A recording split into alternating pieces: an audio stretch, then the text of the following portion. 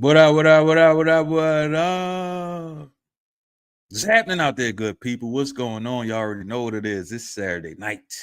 God damn it. So it's the Enlightened Idiots podcast. You know, just some motherfuckers that like to, talk our shit, do what the fuck we do. You know? Rant for this week. The rant for this week is this, right? I don't even believe I'm about to say this shit. Fellas, it is a very, very, very, very, very, very, very thin motherfucking line between applying pressure and being a goddamn creep. And I know that is very subjective to the chick. Because what Freddie might find creepy, Penny might be like, ooh, I like that shit, nigga. We already know Freddie likes a creepy ass nigga. She admitted it, so it is what it is. But that don't mean every chick like a creepy ass dude. Nigga, if you text her and she don't text you back, let it go. Let it go. Let it go. However the fuck that song went. I don't know how to sing, but y'all know what the fuck I'm saying. Y'all know what I'm getting at, goddammit. Don't look at me crazy, Freddie. Y'all can't see it, but I can see it. Don't look at me crazy. Y'all niggas know what I'm talking about. Stop the creepy shit, niggas. Get the fuck out the inboxes. Nigga, she showed the butt cheek. That don't mean jump in the inbox. Hey, I want to drink your ass soup. You nasty motherfucker. You don't even know the bitch. The bitch can be psycho, crazy, and stank. But you see it on the internet, you like, oh, I gotta get me some of that. Creepy ass niggas. Apply pressure to the chicks that want you to apply pressure. You ain't gotta chase a motherfucker. No chick wants to actually be chased. The ones that reciprocate is the ones that you fuck with. Relax, niggas. Relax. I'm just saying. But now that we got that out the motherfucking way, let's bring the panel in the motherfucking building. First up, Darkness in the building. What up, what up, what up, what up? Y'all already know what the fuck time it is. It's Big Easy in this bitch. And I just want to say the rant that y'all just heard from Raw, he is speaking from experience. He has been on both sides of the creepy versus applying pressure spectrum, as both a recipient as well as a perpetrator of such behavior. A So recipient though, my nigga. yes. So there was some old fat chick in Vegas that was applying pressure in her opinion, but Raw thought it was creepy. So he kept trying to hide behind me. And y'all know the nigga like 5'2". So I'm 6'2". So he hid behind me and then she kept staring me down. And I was like, what the fuck going on? So, he definitely has dealt with some creepy behavior from some old chicks in Vegas. But yeah, Here's something I will say. Every single dude on the planet has been a creep at some point, especially as a young boy. As you get older, you should know the difference, nigga. all young boys are creeps. Facts. All of them. We have all been there. Especially the ones that ain't got no sisters. Because your sisters will get you right. They'll either whoop your ass or teach you the game. Or both. I don't know, man. My little sister was trying to let me smash all her girlfriends, so she kind of like showed me creep mode. She was trying to teach you the game. She was like, "This how I remember I got a phone call one day, and the chick was like, "Yeah, you don't remember me? I sat next to you at such and such event." I'm like, "Hell no, I don't remember that shit." Yeah, well, your sister told me to call you. All right, well, you trying to come over? Nigga, your sister was trying to pimp you out. My sister was trying to hide me from. Listen, my little sister alley-oop game was crazy, cuz. She definitely was Irvin Johnson with them passes, cuz. Hey, nigga, my sisters was Ben Wallace. Oh shit! Damn. Fucking damn. Next up, they homegirls come around. They swatting. Nope. Roger that. Funky, do you got any brothers and sisters? Yes, you on your Freddie shit right now. You might want to unmute yourself, player. I got a big sister, a little sister, and I supposedly got a brother, and I think he's a little older than me. I ain't never met him though. Oh, all right. So I was gonna ask you, have you ever alley-ooped to your bro or something? Hell no. Or to You my wouldn't have? You wouldn't have no. alley-ooped to your brothers if you knew him? No, but for my sister, I had this nigga. It was my boyfriend, and he had a brother who we went to school with. I went to school with, and when I was kicking with my sister, I put her on him, but that was about it. Okay. I mean, it's still an alley-oop, if you will. You know? Kind of, sort of. We know this nigga. He done got alley-oops from all over the goddamn planet. Are we on this shit again tonight, son? You didn't let me speak. Can I speak? All right, thank you. So yeah, I've had a few. I had cousins put me on, females. I had sisters. My sisters put me on. I ran through all my sisters' friends damn near. Yeah. The first time I ever heard you talk nicely about any family member you have.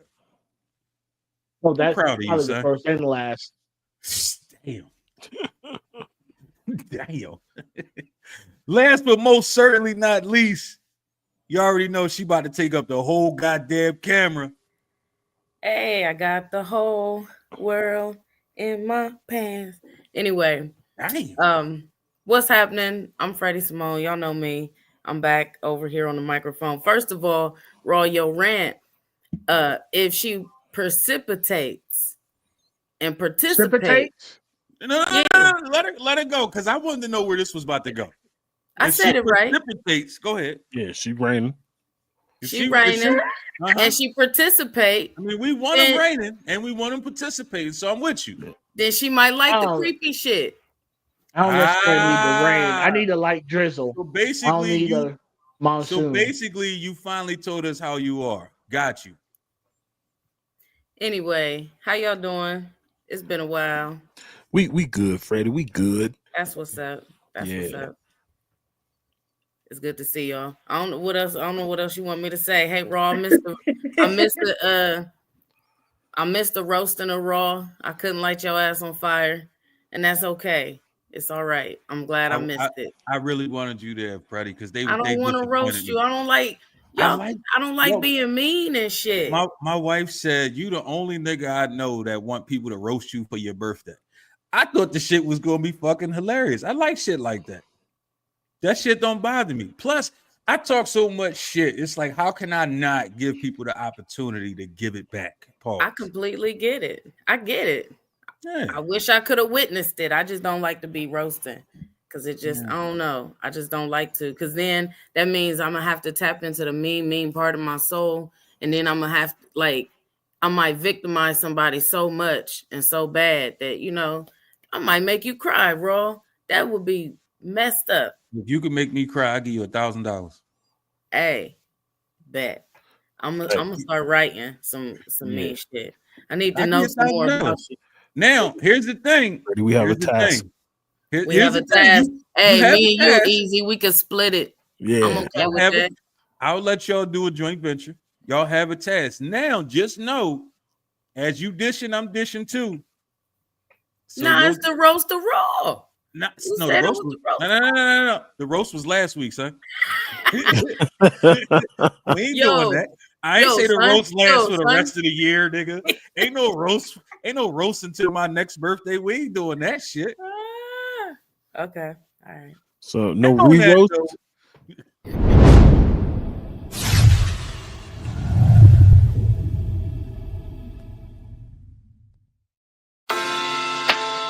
Hold on, baby. Chill. Hold on. You know what time it is, man. Come on, man. All on the table. A cast unmatched, get outclassed. Who's not typecast for telling fables. The artifacts just kick back, enjoy the panel. With true flies in all sides, get different angles. With grown talk, the mission. Small talk is missing. Free talk don't always equate to your addition. The difference, no misstep in intellect, delay stress. This podcast a safe bet. Stay enlightened.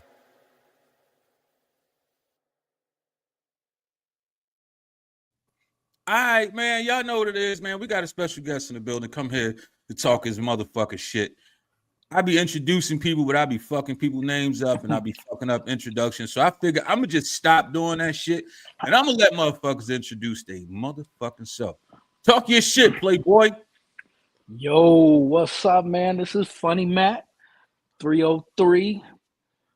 Do not call me DJ Khaled. Do not call me Ice Cube son. A light-skinned Ruben Stutter. Don't call me none of that because I'm coming back with heat. That's funny. That's You all, actually man. I really do look appreciate y'all like that having. nigga's son. That's crazy. I don't look like none of them, man. Come on, Jack. Dog, you know you look like DJ Khaled now. Easy, yo, Bubba Franks looking ass. Better leave me the fuck alone. Gaston Green, man. You better leave me alone, bro. I thought we was on the same team tonight, man. What's good, my dog? What's up, man? I appreciate you having me on here, man. I really do. Good, of course, of course. Yo, who was that rapping at the intro? I like that. That's my man Vital Air. Make sure y'all check him out on all streaming platforms, man. That nigga got like some I crazy like ass tracks out there. I like that. I like that. So tell us a little bit about What's up? yourself, Playboy. Man, you know, born and raised here, Denver. Shit, man, just doing my comedy thing. Started on a humbug doing comedy about 8 years ago.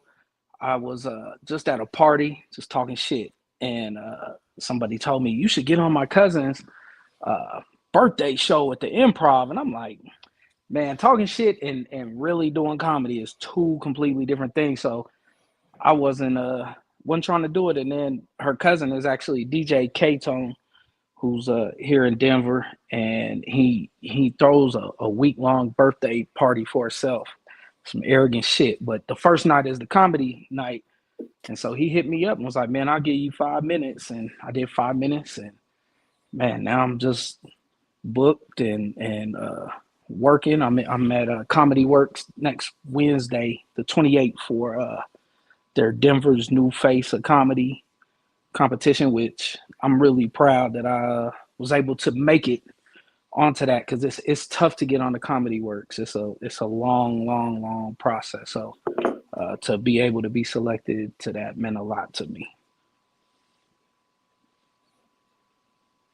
That's what's up. I don't know where this rest of these niggas, they must have fell asleep or something. No, I'm boring, dog. I'm boring in real life, E. No, I'm right here, but he got the main view. He got Funny Matt on the main view, so we all looking at him. You know, I can't see nobody else, but that's what's up. Congratulations. Thank So you. Easy was supposed to be guiding this conversation, but clearly he's scared to do so. So let me ask you a What question. the fuck you mean? Yep. No, go ahead. You wouldn't even let me introduce him. I thought I was gonna get to do the introduction and everything. Well, how long you been doing comedy, Funny Matt? About 8 years now.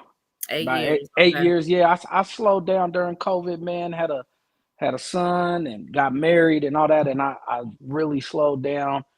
COVID really threw me off because I was cooking, man. I was opening up regularly.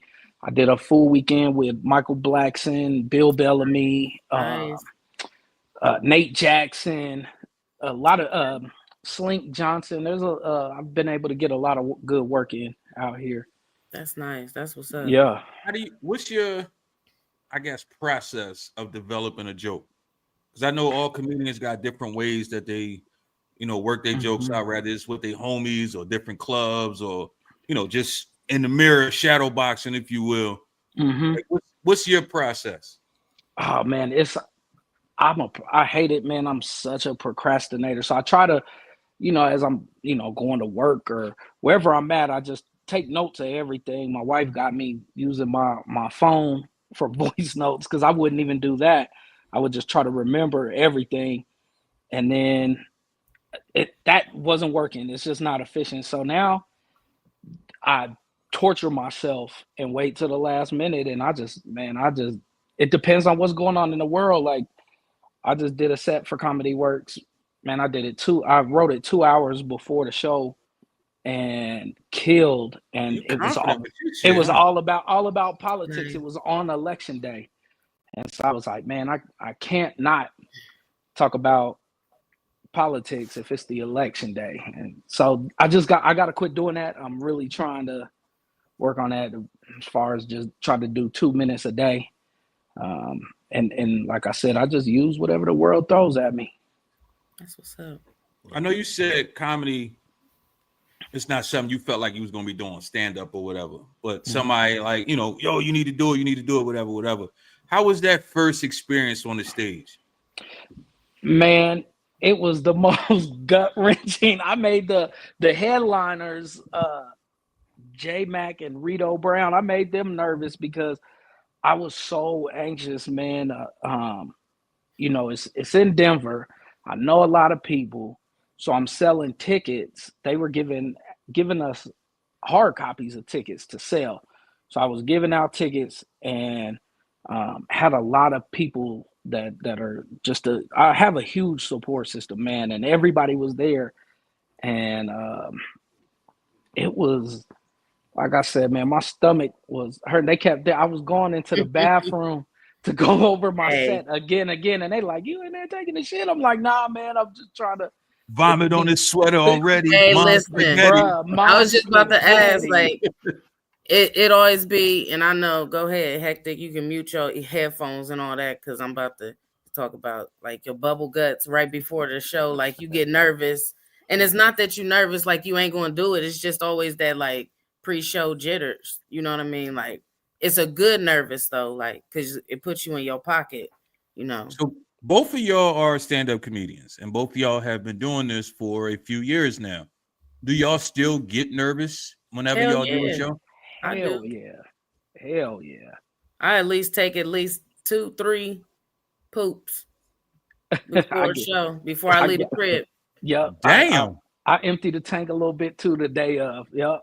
Yeah, I mean, it's nervy poops. Yeah. Nervy poop. Yeah. Raw, you ain't never got that before going on stage? Nah. Shit. Well, okay, nigga, you different then. That's a cold-blooded killer right there. It's not even that, not even on no cocky shit or nothing like that. But like for me, it's anytime I've ever performed, it was just like right here, right now type shit. Like either you gonna do it or you ain't. Like, and I'm an energy person. So literally all day I've been chilling, calm, not even talking all fucking day. But once I get in front of the mic, pause, I'm going crazy. Like it is you going ham, ain't you? You're going ham. It's what it is. You know what I mean? Like, yo, I'm gonna kill it. Matt, since I known you, you've been a funny motherfucker. So I was talking to March today, and I was just like, yo, the first time I met Matt, he roasted the shit out of me and didn't even know me. So like, I did. Damn, yeah. I'm sorry. Nigga called me Christian Foyer right away. So, but when did you learn you was funny? Like, when did people start to really like, yo, you funny as shit? Man, in high school, people stayed away from me when it was time to start with them cracks, man. Because as you know, E, I don't stop too. And once I see you, I used to love to get people so mad that they would want to fight. Like, I don't know why that was just like, I don't know. It used to be a thrill to me. But in college, man, I went to this JUCO and they had a comedian coming in, and me and my teammates, man, we were drunk. Went to the show, and this was in the mountains. It was about 5 hours away from here in Rangeley, Colorado. And I sat there, man, and was just cutting up because the comedian was late. And so they just gave me a mic. And I just went up there and I cut up for about 12 minutes, man. And Nice. When I got off the stage and sat down, they said the comedian's here. I sat down. I get a tap on my shoulder. It was the comedian's manager. He pulled me outside and was like, man, we could take you on the road now. And I was like, man, I'm not thinking about that. And I sat there and talked to him the whole set of the comedian. Never saw the comedian. Turns out the comedian was Kevin Hart, man. And I just completely turned that opportunity down. But that's when I kind of knew, like, okay, maybe this is something I could do down the road. But then I just bypassed, life get to life. Yeah. Yep. Mm-hmm. That's what's up. For sure. for those of us who don't live in Colorado, right? Us melanated folks, if you will. The assumption is Colorado is full of all the people from the furthest regions of the Caucasus Mountain. But we are learning that this is not exactly true.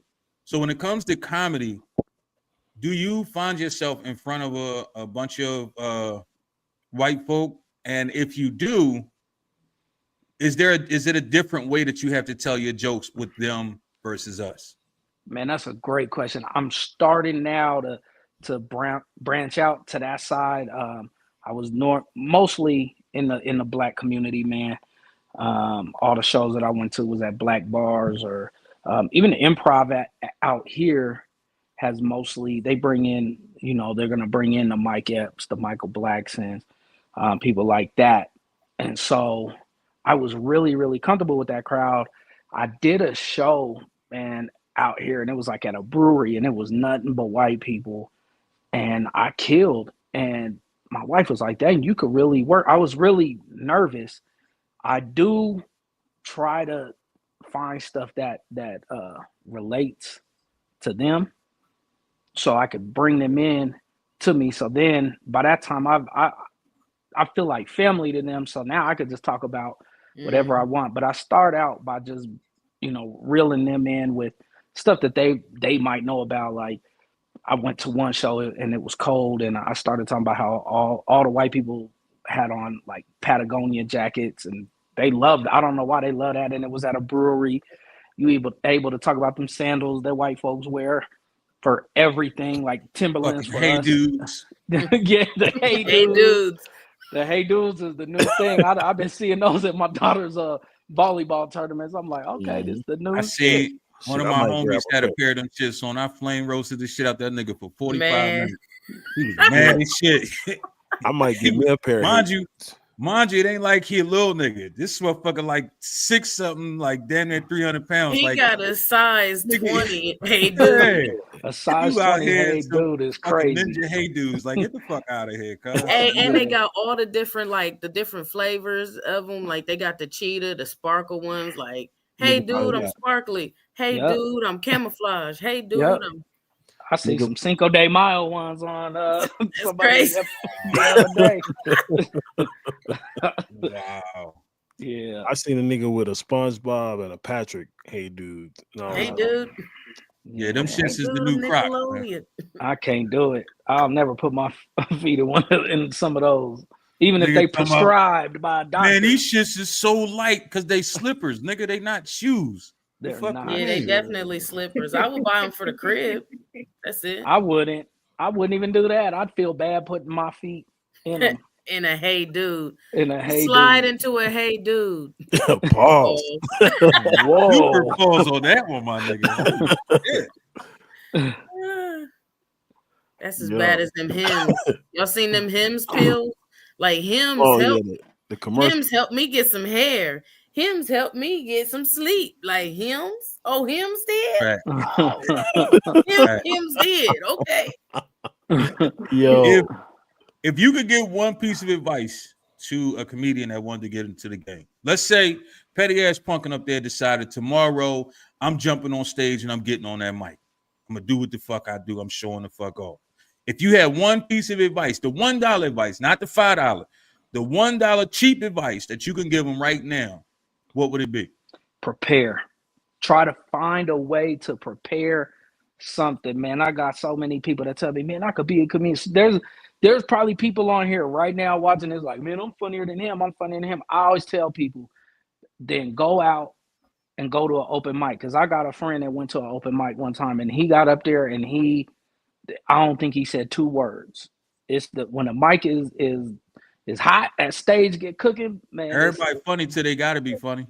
Man, I'm telling you, and it's hard. It's hard, and that's my biggest thing is going out there and somebody not laughing at my first joke.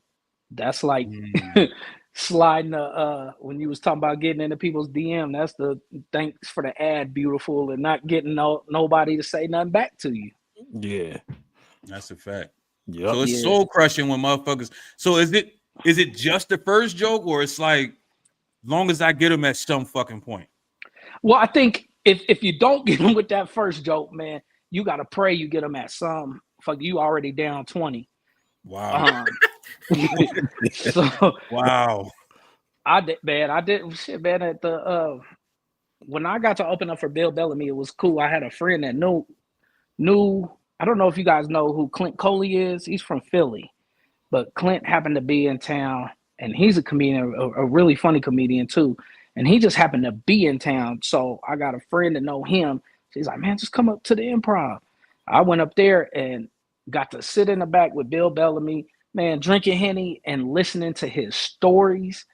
And we got to laughing. He didn't know that I did comedy, and I just had him cracking up. And he said, you should do comedy. And my boy was like, man, he does do comedy. And he said, well, you with us tomorrow night.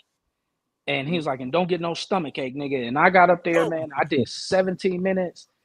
And it was like one of those ones where I felt like I was shit to get ready for that one, huh? Bruh. And I felt like I was bobbing and weaving. And if I felt like I went from the front of the stage to the back because I just was not hitting like I'm used to. And it was a humbling experience. I didn't bomb, but it wasn't good. Like the amateur eye could be like, oh, hell yeah, he funny. Anybody that in that room knew what they was doing was like, oh, he's struggling up there. Mm-hmm. So the boy Cooley, he do a segment on Instagram called You Should Shut the Fuck Up. First of all, that should be hilarious most of the fucking time. Yeah. I sent you a couple of them joints easy where he, if your team is this, you shut the fuck up. Yeah. Like that shit be funny as a motherfucker. So a lot of comedians are, and not just stand-up comedians, a lot of comedians are being born through social media, but a lot of other comedians are starting to say, all right, let me take my talents to social media as well, rather it's TikTok or Instagram, lives, clips, skits, whatever. Do you find yourself doing so or thinking about taking your talents to social media? I think about it. I just never do it as far as skits and stuff. I think about shit. Bro, I just be so busy. And like I said, life gets to life. And everybody tells me I'm stupid for not doing it. Because now I've been getting you in front of way more people than just Denver at that point. It does, man. It does. I just, man, it takes a certain discipline to create content that, man, at 45 with these kids and bills, mortgage and all that, I just don't ever focus on that. I'm more of just, I enjoy just hitting the stage, man, more than anything. But I see those content creators on the flip side come out and it's tough for them. I've heard a few of them come out here and just completely flop at the Improv, and people like are actively asking for their money back because they're expecting the person that they see that can say cut and rewind and all that. You don't get to rewind in the middle of the show. People don't think about that, man. Like a lot of them clips and all that shit that they doing, it might take them 2, 3, 4 days to put that 1 45-second clip together that you thought was hilarious. Yep. That don't mean they could do that shit in front of your face. And a lot of that shit, if you pay attention, it's literally clip after clip because they done did this shit 97 times and they took the best shit out of all 97 times they did it. Yep. That's true, man. I opened up for Richie Fontaine. He's a content creator that wanted to get out there, and his manager, when I got there, asked me if I would do 10 minutes, and I said, yeah. And he said, well, you said that kind of confidently. Can you do 15? I was like, yeah, I got you. He said, shit, can you do 20? I said, yeah. He said, man, we just gonna let you go. And I did 28 minutes, and they asked me to go on the road with him. He's like, man, he needs somebody that could just like hold a crowd down for him. Mm-hmm. You getting a lot of invites to go on the road, man. What the fuck you waiting on? Bruh, the money don't be right, man. And I know that's not what it's all about. It's about the experience. Why the fuck ain't it? That money, what you know what I'm saying? The money will come. I just, man, like I said, I got so much other shit with my family going, but we're finally in a position where the right opportunity come, I'm out. Nah, I figured deal you. I figured you. But I think it's about time we get into our first motherfucking segment of the day. What the fuck not? Yeah. Hey. Yeah. Hey. Yeah. Hey. Yeah. Hey. Yeah.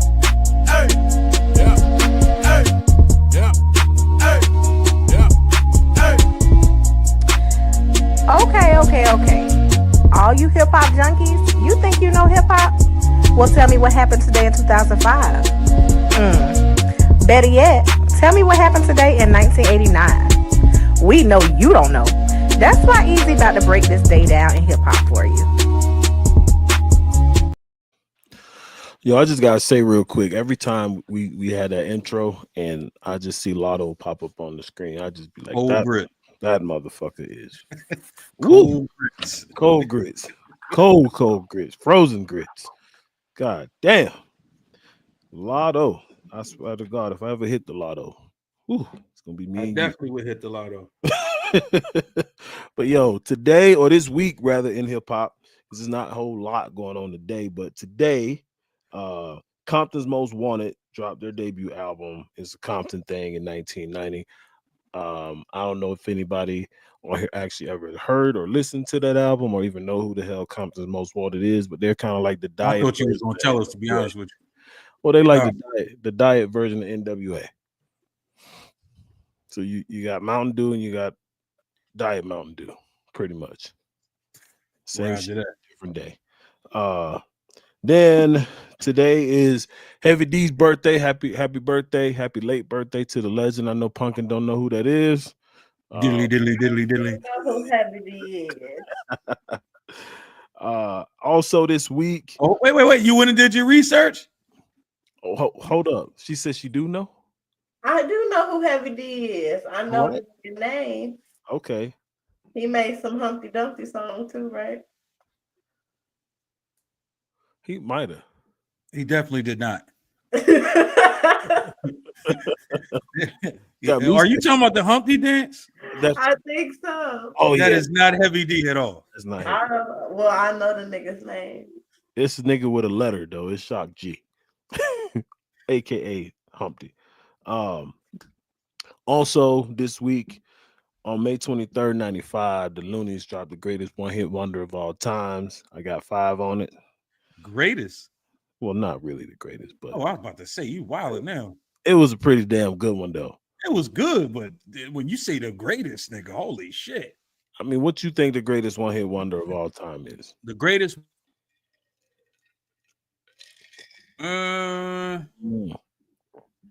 I can't say what the greatest is, but I know one of the tops that I would put over 5 on it. I Want to Sex You Up, Color Me Bad. Oh yeah. Damn. I'm trying to think of some other actual like one-hit wonders. Cause what's the ball? Damn. Throw some D's on it. Pause. I feel like that was a better, more iconic, more classic. I mean, we all know if you're not a smoker. We all know the greatest one-hit wonder of all time is Want to Be a Baller. So we not gonna front. When you say we, did you mispronounce you? No, nigga, you believe that too? Cause no, the fuck, nigga, I hate that fucking song. that song and fucking 25 lighters on my dresser. I fucking hate both of them shits, cuz. Nigga, I fucking hate them. So I'm mad that them shits actually was on the fucking radio. That was disrespect to people's ears. That Want to Be a Baller has the greatest hook in hip hop history, though. Like that hook is fire. The bars, that fucking hook is fire. Get the fuck out of here, nigga. That hook is fucking fire. Like it was tripping. We gonna give you some Hey Dudes. You need some Hey Dudes for that. I'm gonna be in my Hey Dudes, smoking the blunt and listening to just the hook of Want to Be a Baller in my hammock all summer. That's what I'm doing. And you gonna fall out your hammock, nigga. I might. I hope you do. I'm gonna have 5 on it, so I'm gonna be high as shit too. Roger the fuck that. So, anyhow, 2000, Eminem dropped the Marshall Mathers LP. A motherfucking classic. Facts. I agree. I think Eminem's best album. Would y'all agree or disagree? Disagree. No, hold on. Marshall Mathers LP. That's the second one, right? Yeah. Mm-hmm. Yes. Then yes. Yes, I think so. If we talking about full project, I think so. Okay. Yeah, full project. Yes. This was the one that I actually became an Eminem fan. I fucked with Eminem from his technically second album, not the first one. I actually heard the first one, unlike most people. Wasn't really a fan. Then when he rebrand, came back out with Dre and he dropped the Slim Shady LP, I was like, oh shit. Mhm. Like I remember the joint I Just Don't Give a Fuck. Mm-hmm. And I used to come on the BET late night Mm-hmm. or whatever. That was when I first heard of him. But when the Marshall Mathers LP came out, I actually became a fan. I was like, yo, this white boy can rap. Unlike all the other white boys that tried to rap at that time. We had some birthdays. Dancing heads up. We had some birthdays this week in hip hop. Biggie was born May 21st. Rest in peace to the GOAT. MC8 celebrated a birthday on the 22nd. Havoc celebrated a birthday on May 21st. And Busta Bus celebrated his birthday on the 20th. And then a lot of legends born in May. A lot of fucking legends. And then May 20th is also the anniversary of Dr. Dre's release of Dre Day off the Chronic. And I guess that was kind of his debut of Snoop too, wasn't it? I want to say, yeah. No, he had him on that deep cover. Yeah, there you go. I was about to say I can't remember the movie. Yep. Okay. So it's like I know it was early on around that time. But yeah, that's the week in hip hop, man. That's the week in hip hop. I will want to say, speaking of that Marshall Mathers LP though, where were y'all when that shit dropped, when you first heard it? First heard it. Went to go get some Chinese food, bootlegger, getting CDs. Boy was right next to the Chinese store. He was like, yo, check out the book. You know, you go through the book, you get the 5 for 20. So I used to always get 2 DVDs, 2 movies, 2 CDs, and a porno. That was my lineup every time for $20. So looking through, I said, oh shit, the White Boy second Drake is out. Let me grab that. We sat on the porch and listened to that motherfucker for about 4 hours. And here's what's crazy. For an hour, all we listened to was when I was just a little baby boy, my mama used to tell me these crazy things. We listened to that song for like a fucking hour, cuz like, what the fuck am I listening to? The crazy part is, before I actually got into the lyrics, the beat was so fucking hypnotizing. That beat was fucking nuts. That beat was nuts. Yes. That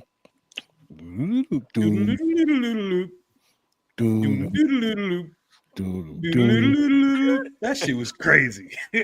Now I gotta listen to that shit. Yeah. Matt, where was you when you first heard it? Man, I was I can't tell you where I was. It wasn't that memorable of an album like a Reasonable Doubt or something like that. But I do remember at my JUCO, they was going crazy. And I finally was like, all right, man, let me just sit with it. And I remember we had it playing in the locker room, and it was cool. Like you said, that beat was hypnotizing. We probably listened to that for a good 6-7 times, man. Like it was going hard. Mm-hmm. I'm not a huge Eminem fan, man. I don't know what it is about him that just. I mean, I think he's a great rapper, but I don't know. I'm just not a huge fan of him. Yeah. Something about him annoys the fuck out of me. I can't figure it out though. And it's not that he's white. I know that's what somebody's gonna say. It's not that. It's just I don't know. Something about his ass annoys me. Yeah. Hectic, where was you when you first heard the Marshall Mathers LP? I think I was coming from work or something, and I heard the single. Then I think when the LP dropped, I went and copped. Or someone else copped it. I had it, listened to it. I think I listened to it mostly that summer because it came out in May. Mm-hmm. So I think I listened to it most of that summer. I mean, back then too, it was just a lot of competition. Like albums between 97 to like 2001 was a like great fucking time I'll in go hip back. hop. Yeah. I say 96 to like 06. I wanted to be gracious. I wanted, Yeah. yeah, it was Nigga, so it was hard, and I already knew who my lineup was going to be. Even Rule at that time was just Facts. knocking them out the pack. You could talk all the shit they want, man. Ja Rule has some fucking bangers. Ja Rule Man, I has loved his first album. Facts. I love that Betty shit. Betty Beachy is still my Yeah, shit. Beachy, yeah. Ja Rule was Drake before his time. I can agree with that. Ja had the hit. But he actually had street cred. I was about to say that. Yup. Yeah. Yeah. Pumpkin, where was you at the first time you heard the Marshall Mathers born. LP? Not born. That's why I said the first time she Don't let heard him it. do you like that, Pumpkin. Don't let him do you like that.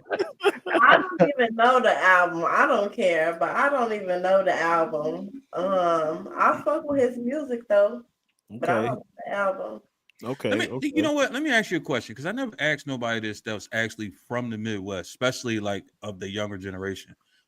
It was Eminem like a factor for y'all in the Midwest, like he was everywhere else? He kind of was, but I feel like it's more because he was a white boy rapping. I don't feel like it's because he was really a lyricist and shit like that, even though I think he is for the most part. But yeah, it was like I heard him in songs with like Rihanna and stuff. So that's when I started hearing him mostly. Okay. Freddie? I'm going to say I don't remember. Yeah. Because I'm pretty sure like I heard it was cool, but I wasn't like I'm bumping that shit like you know what I mean? Like I probably heard it like, oh, that's a tight ass beat, and this white boy is rapping really fast, dope. You know what I'm saying? And he out there. I probably heard him with Dr. Dre first. You know what I mean? If anything, so I knew I probably was attracted to it because I was like, it's a Dr. Dre beat or some shit like that, you know. But I mean, I like Eminem. He all right, but he a little, he the white boy, he weird white boy. So y'all think he would have got the same traction if he wasn't on Dre beats? Like if they imagine him on Swiss beats, like if he was a Rough Rider. Calm down, Hector. Don't get upset. No, we cannot hear him on no Casio keyboard. No, Freddie, don't do that to my ears or my imagination. And you had to pick like one of the worst producers. That's what I'm saying. Like, imagine that though. Yo, why do y'all shit on Swiss so heavy? This is bananas, though. Y'all really hate Swiss. I don't hate Swiss.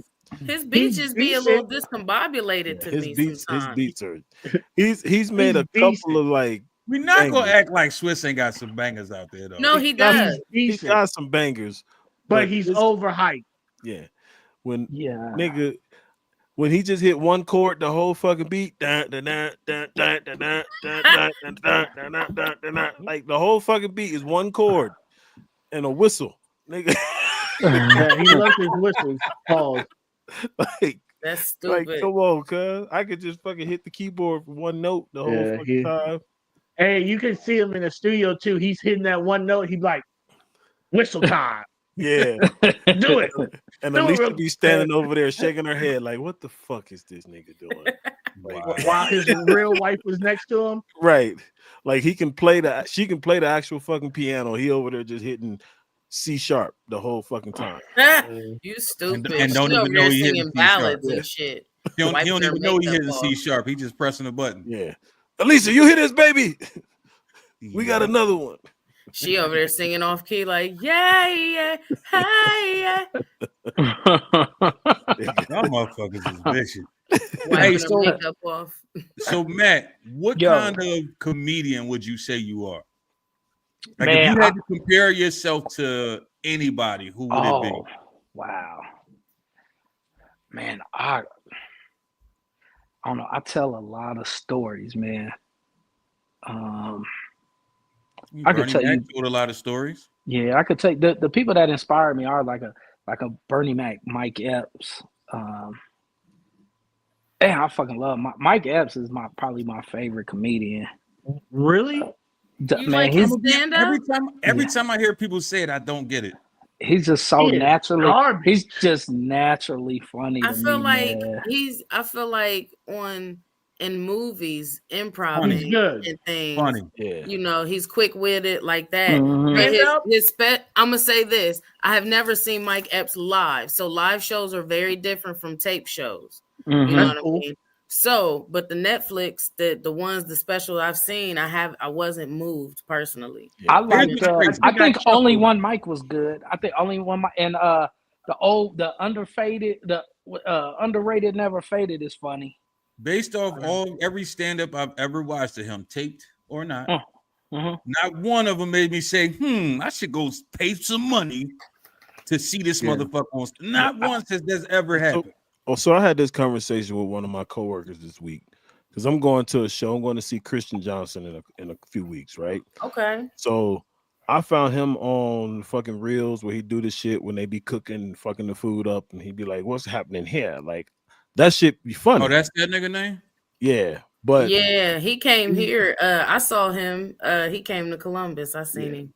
And so I'm like, I'm a fan enough of his work that like I want to give his stand-up comedy a chance. And so like I'm gonna go to the Yeah. show and see how it is. But like some comics, some people are comedians and some people are funny. So you have like your guys Look at you that can dropping do it. bars. Go ahead, easy. They can do it on the stage, they could do it on the screen, right? And they're true comics, right? But then you got people that are funny that can make fun of shit, like a DC Young Fly, for example, right?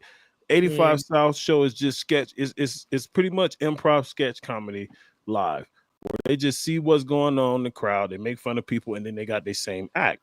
So I went to see DC Young Fly.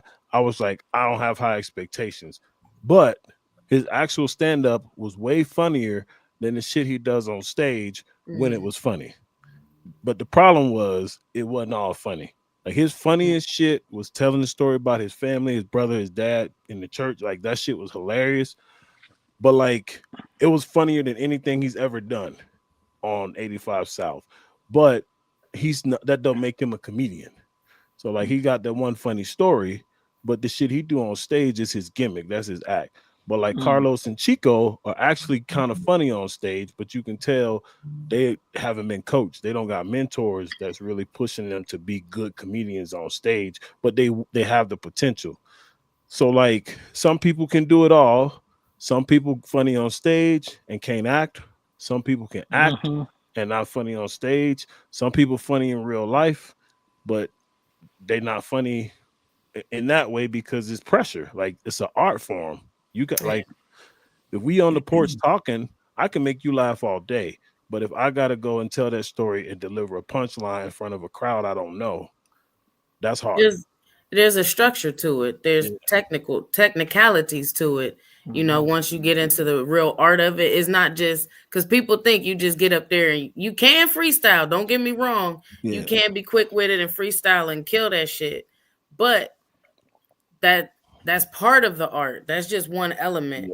You know what I mean? You still have to have some type of structure because the professionals, when they see it, they going to critique you on your structure and your technicalities or technical skills, you know. Man, when you can make your peers laugh in comedy, that's the win. Yeah. Cause we so hard on each other, man, like it because we do start looking for the technical shit that we notice that somebody else may not. And then how receptive are you of getting advice? Like after, you know, depends on how well you're gonna do too. If you quick to throw some advice away, you know, but it all depends on delivery too. You know, you just can't deliver some shit. How you feel about stolen jokes? I mean, obviously, I hate the shit, but I think we're just like in a world full of memes where you might say some shit that turns out to be a meme, and then people will come back and say like, "Man, I seen that shit. That was a meme," or you know what I'm saying? Like I told a joke a long time ago, man, about playing Truth or Dare, and the bitches daring me to leave, and and everybody was cracking up. Well, then my barber, like 4 months later, was like, hey man, you might want to throw that joke away. He said, I saw it as a meme. And so now it's like, man, I can't even claim that as my own because I literally thought of that on my own. Now I can't claim it on my own because now it's in the streets. And I don't want people to think that now I'm the meme guy. Yeah. Because it's crazy because I've heard comedians, people that like, you know, we deem legends sometimes, like tell a whole joke that I've seen on the internet. Like, hold on, I seen that. In fact, my uncle told that joke. You know what I mean? Like, why are you doing that? Yep. For me, they said there's a crew from out here that's been kind of back and forth from here to Atlanta, and the rumor is they taking jokes that we saying out here that's killing and using them on sets in Atlanta, and then they taking the shit from the Atlanta comedians and coming out here with it. That's wild. Let's be realistic. I don't care though. Right? It's not too many things that are original anymore. No, like, at this point, once you hit a certain age, you done kind of heard and seen damn near everything. So if somebody is using your joke but in a different premise, that don't mean that you didn't use a joke that somebody else heard before in a different premise. Yep. So that's what I was going to say. So many things are in our algorithm now. So many things are now in our just like grasp and reach that it's so relatable. We do a lot of things that are similar. We think a lot of similar things anyway. So for me, I'm not worried about people stealing my jokes so much because I make them unique to myself. They really kind of like little stories with punchlines and shit. You know what I mean? So it's specific to me and my mom. You know what I'm saying? It's specific to me and my kid. So even if you do take the story, it's not going to hit the same way anyway because it's not going to have the same inflections and whatever. Yep. I agree. Yeah, it doesn't bother me. I just, whatever. I got to keep moving, man. Yeah. It don't bother me. It's in fact like I had one stolen a couple of years ago. They had a comedy radio station out here, and I heard this shit. And I'm like, I was driving one day listening. I'm like, damn, that's and so then I started thinking, I'm like, man, that's so cool that like I'm on the wavelength of like a real comedian. But then at the end, they always say the comedian's name, and the comedian is from here, and I'm like, oh, and then I put it together. He was at that show at the Improv. What the fuck is going on? Yeah, everything okay? That's my dog in the background, man. I don't know. What the fuck is going on here? I thought Pumpkin broke the bed and was putting it back together, and that's why she turned the camera off and shit. Hey, swear to God, y'all's faces was like. I've been hearing it for a second. I'm like, all right, maybe I'm just tripping, and maybe I'm the only one to hear it because nobody else is flinching or nothing. I ain't think it was that loud it would pick up and shit. That's funny. That nigga okay? Like he need a hose or some shit. I don't know. He needs some water. Shit. It sound like they changing tires back there. You stupid. Have you ever found yourself in a comedy streets beef? Oh man, I'm in it all the time because like I'm an old man, so I don't play all that passive aggressive hating type shit. I'll just tell you to your face. Like, man, I told one dude, I said, man, we could fight and then do 15 minutes in front of a crowd that don't know us and see who win both. Like I've been in it, but my wife, man, my wife has like the most calming and beautiful spirit. So she be keeping me up off a lot of people. So now the rule is she be telling me like, before you go popping off, you just need to run it by me first. And I'm like, all right, cool. And then she'll reel me in a little bit, man, because I be with the shit. I'm just a cranky old man now. So I'll be like, man, fuck him. Like somebody will comment, yeah, so I'm like, man, fuck him. And then next thing you know, I'm like, give me his phone number. And I'm on the phone with somebody like talking shit. But I'm Do you trying think your cranky old madness helps with your comedy? Yeah, I think it does, man, because people can relate, man. They could relate to the shit that I'll be talking about, stealing supplies at work and all kind of shit that's just relate. I'm a relatable comedian. Like is that a common thing with comedians stealing shit? Because Freddie be stealing medical supplies and stuff like that. So This You- motherfucker goes as far as stealing ovulation setups out the motherfucker. Hey, Good for I'm getting you. my reparations. Good for you. She stole So a I pap just want smear to machine. know, was that a thing? Y'all have to be funny and thieves? Yes. I guess so. Okay. I guess so. Klepto-comics. Klepto comic. You got it. Yo. So Matt, I want Yo. to deviate from the comedy for a little bit, and I hope this is okay. Okay.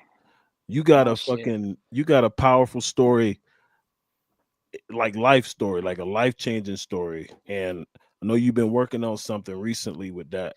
So I kind of wanted to talk about that for a bit because we kind of went through similar ordeals in life and kind of had the same approach. So when I first heard about your story, I was just like, I was touched because I've been through that too. And so Okay. but I'll let you talk about it because I don't know how much you want to share or whatever. Yeah, man. I'll give a snapshot. So in September 11th, 1998, man, I was just living out here. Just I had an opportunity to go play basketball out at San Jose City Community College to feed right into San Jose State. That was the goal. And I was going to take somebody I was dating. She had asked me to come up to her college, which is about 45 minutes north of Denver. It's in Greeley, Colorado. And she asked if I could come. She got an apartment. She was like, "Can you come up and put some stuff together for me? Just hang out and party for the weekend." I was like, "Yeah, that's cool." So I'm heading up there. My pager goes off. It's her. I pull over, call her, and she's like, "I need you to take my brother and his friend to this party." I'm like, "Yeah, no problem." So I take them, go scoop them up, take them to this party. When I get to the party, like it's a bunch of man, it was some Bloods there, it was some Crips there, some Hoovers there. It was just a bunch of different just gang members, and a lot of them I knew. There was some that I didn't know, so I got out the car and told the young boys to get back in the car, and they didn't want to. There were so many girls out there, they didn't want to.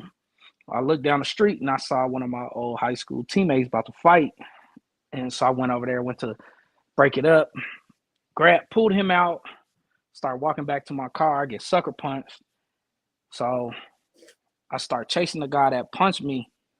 He was like kind of trotting off, and we start fighting, and he shoots me. Shot me in my stomach. I was in the hospital for over a month. Ended up losing the opportunity out in California. And fast forward, I guess. I mean, I'm sure there's going to be a lot of questions, but fast forward, him and I just recently reconnected. We didn't know who each other was at the time of that fight. He got caught maybe about 6 months after. And he did 2 years in a youth facility here in Colorado. He got like an 8-year attempted murder charge, but they gave him 6 years suspended if he completed his boot camp. He completed it.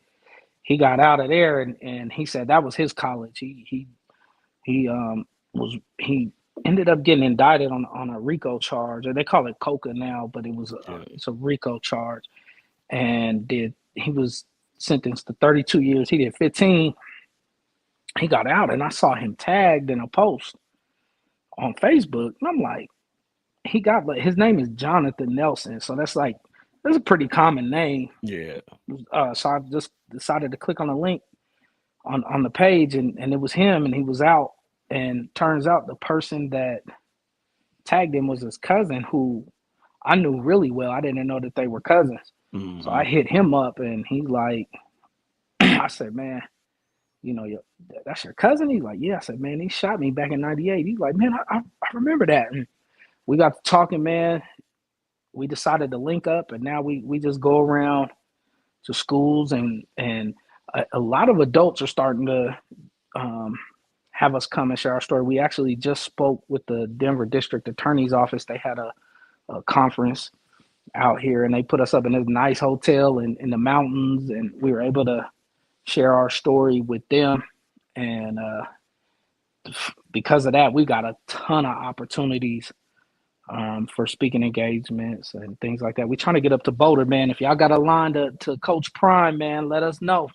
We're trying to get up there and share our story with those kids because I didn't realize how impactful it was going to be just in the spirit of forgiveness and honestly John's resiliency and he was a Hoover and man, he started gangbanging when he was 12 years old, and to get out of the gang in prison on the yard like a movie, like putting your flag down on the yard in front of everybody, man. He's a strong dude, and I'm appreciative of what we're doing. Damn, I think it would be dope. We need to get that man on the show. What? Yeah, what made you forgive him? Because most people can't forgive someone for stepping on their shoes, and you forgave a man who shot you. Motherfuckers can't even forgive family members. Yeah, man. Yeah. It took some time. I'm man. one of them. We know, my nigga. Well, hopefully, after hearing this, you can reconnect with your family, man. No, I'm good. Okay. If you think you a grumpy old man, you ain't meet this nigga yet.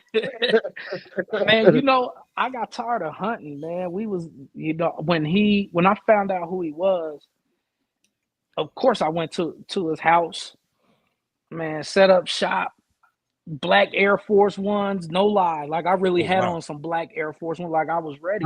Yeah, you up to definitely no good. Yeah, man, and the door open. Wait, if they was brand new, it don't count though. Yeah, they were brand new, man. I'm always gonna be in some brand new shit.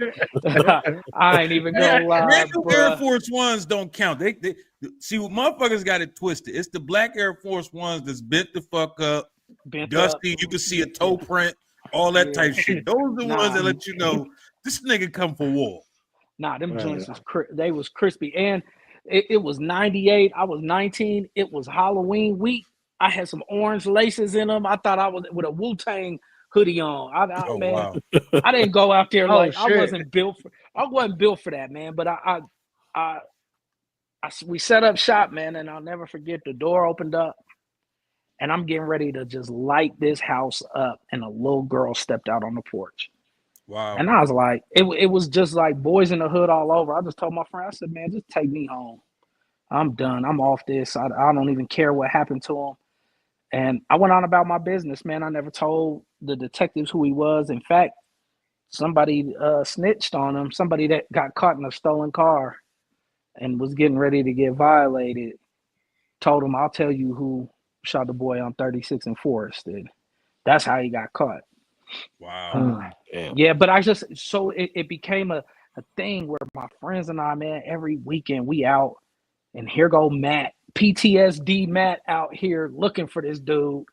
And it became exhausting, to be honest. And I tried to track him down and let him know we good, because I just wanted to just move on. So 10 years after that, that's when he was getting ready to get sentenced, and I didn't know, but I knew he was in a county jail out here, and my neighbor was a sheriff at that jail. So I went and knocked on his door and said, man, can you get this dude this letter? And he's like, yeah. And a few days later, he knocked on my door. He said, man, he just got sentenced. I said, did he look at the letter? Did you see? He said, man, he put it on his box. They were sending him to the pen when I gave it to him. He's like, he just slipped it in his box and went on about his business. But fast forward, he was sitting down with my people out here at and I think it was they call it Canyon City. And he was down there with him, and they trading war stories. He's like, yeah, man, I shot this dude named Matt. And he's like, man, light skinned Matt? And he's like, yeah, he a blood. He said, man, Matt ain't no blood. He's like, let me tell you who you shot. And he said, right then he felt bad, and then he read the letter. So he read that letter like 10 years into his sentence. Oh shit. Yeah, he didn't read it for a long time, man. And then he read it, and so when I reached out, he was like, hell yeah, let's do it. And we've been rocking, man. It still had to be a crazy, I mean, even from his perspective, that had to be a crazy thing for the person that you shot to reach out and be like, you know what, we good. Yeah. that's like if I shot you and you sent me a letter and like we good, I'm like, nah, he about to murk all my family, like all of Yeah, Yeah. them. yeah, You know what I mean? yeah. So I think real quick, it was Hector, big. real quick, Go ahead. Hector, I know at times you get emotional, right? So how long you think you would have cried after reading that letter? You stupid. Stupid. My bad. Go ahead, Matt, because he ain't gonna answer the question. Go ahead, Matt. I'm gonna give him a second. He thinking. You take all the seconds you want. Yeah, man. I think because of who my people was that he was sitting with, you know, he got a life sentence, and his name is his name, and that's the first thing that Jonathan told me when we sat down. He was like, "Man, your people's name is still his name," and you know, I think with him not doing nothing to him after him finding out that, you know, that's who shot me, because he knew about that back then. So I think him not doing anything showed that, like, you know, we had all just kind of moved on. His family they're all still Hoovers. He's the oldest of like 11 kids, and some of them still kind of act like this might be like a 30-year play for Get Back, and they be telling him like, watch him, but he like, I don't need to watch Matt. Matt is not thinking about none of that. Like, we're good. Yeah. That's what's up. That's what's up. That's a hell of a fucking story, though. That is. I'm in Y'all the need to make a movie about that shit, though. Yeah. We need to do something, because they trying to do it. Hey, man, when we Documentary. talk about stealing shit, there's people, from what I've heard, there's been a budget meeting to use our story for a series for Netflix with some activists from Denver. I'm like, man, y'all are crazy. Yeah. That's wild. Isn't that wild? Like, That's we didn't get super wild. invited to the meeting. I'm None like, of that. Yeah. Who's gonna play me? Oh, Ice Cube, white boy son. Matt. Nah, it's Yeah. gonna be Ice Cube's son for sure. For Ice sure. Cube's son gonna play me. So Matt, you know, like I've been through a similar situation. I kind of had the same, like, I didn't have nothing to do with the issue, but I was the one that took the bullet. And I forgave the dude, but I never got a chance to tell him. Cause like for me, I wasn't part of the issue. Like you didn't have no quarrel with me. You shot me trying to shoot somebody else. But I never got to connect because dude kind of acted like I sent the note during the hearing of like forgiveness and like move on from this. I want you to have a successful life. And word I got back was like, fuck you, pretty much. And so I was advised by the DA to like not even try to reconcile. And it's been like be 15 years in August. So this was here? No, so when did you send the letter? Virginia. Damn, I forgot you lived everywhere in the United States. So that's how he got shit happening at every fucking school he been. He's been in school every fucking where. Who are you hiding from? Like, who are you running from? Watch we find out Easy's on the witness protection. Who the fuck leaves Atlanta to move to fucking Colorado? Man, Atlanta ain't all this cracked up because trying to all right, so when you gave him the letter Easy, this was like fresh. So yeah, because it was like for me, it was kind of one of them things. I had been in the hospital over this shit before we went to the initial hearing, and I was already like, I'm moving on from this. Like I had already had my moment of reckoning. But dude was like 20 years old, so but we had our first hearing, and then when I went back to my the hospital, I wrote the letter, and when we came back for the trial, I gave it to the DA. It was like, I want to read this in court. And then when they took a plea deal, so we didn't actually go upstairs. So then I was like, well, can you give it to him? And she said she handed it to him. And the verbal response he gave when she told him, like, this letter is from the victim. And he like opened it up and looked at it, and he was like balled it up and threw it back at her. Oh, and damn. it was like, I don't want this shit. I mean, He probably I wasn't wouldn't ready say Probably that. felt then. like I shit. wouldn't say that's It's on possible he you. might have felt like Yeah. shit. No, I know it's not on me, but I'm saying Yeah. I wanted that opportunity to like close that deal and be like, we good. Like my people's not coming after you. How old was he? He was like 20, 20, he like said. young. Yeah. So 20. now he he's just- in his mid-30s. He might be ready to It could have been even at that moment when His he frontal lobe wasn't complete, you know. Look at you Yeah, giving but him an excuse.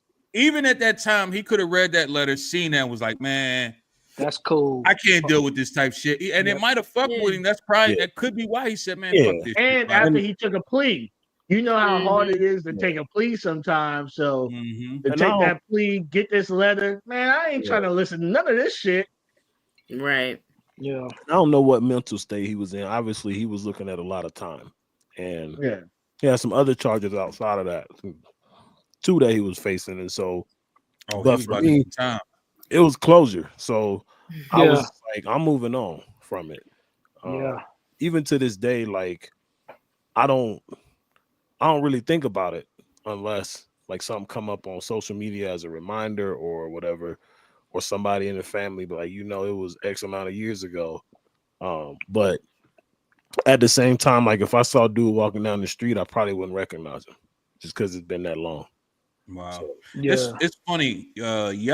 Yesterday, I was talking to a coworker, and he told me a story that to me kind of was like, man, what the fuck is wrong with you type shit, right? And I'm explaining the story to my wife today, and she was like, yeah, you don't see it that way because you're not one of those people that need closure. Like you could just move on from shit, you can move on from people, you can move on from situations, and you don't need like it ain't like you wish bad on people, but you ain't about to sit here and deal with them no more. Like I'm one of them motherfuckers. I'm be honest with you. I'll literally be like, all right, no, it's cool, and just never talk to you again, ever. Won't even think about you. You won't cross my fucking mind. That's just me. So, Punkin, are you one of the type of people that feel like you need closure? And could you forgive somebody that shot you? I don't think I need closure at all. I pretty much cut people off real quick too. But I don't know if I could forgive somebody who shot me. Probably not. But that's real strong of you, though. I ain't that strong. Yeah. I look at it, man. Definitely He think was less a friendly. kid. We was kids, man. Man, I'm a way different person now than I was then. You know what I'm saying? So extending grace is pretty easy for me. I know there's probably somebody in my family is probably watching this like, man, this dude, I ain't spoke to a couple people in my family off of some bullshit they did just like a year and a half ago. But I'm always open to it. I'm not like a hard line, let me cut you off type of person. And reaching out to John it just seemed like the right thing to do in that moment. And I'm glad I did it, man. Shit, we having dinner at the man.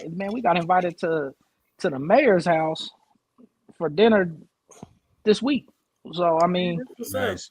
yeah, man. I'm glad I did it because I had one of my friends who kind of guided me through the initial stages of it because he had just gotten out of the pen and he's like, man, he ain't gonna be.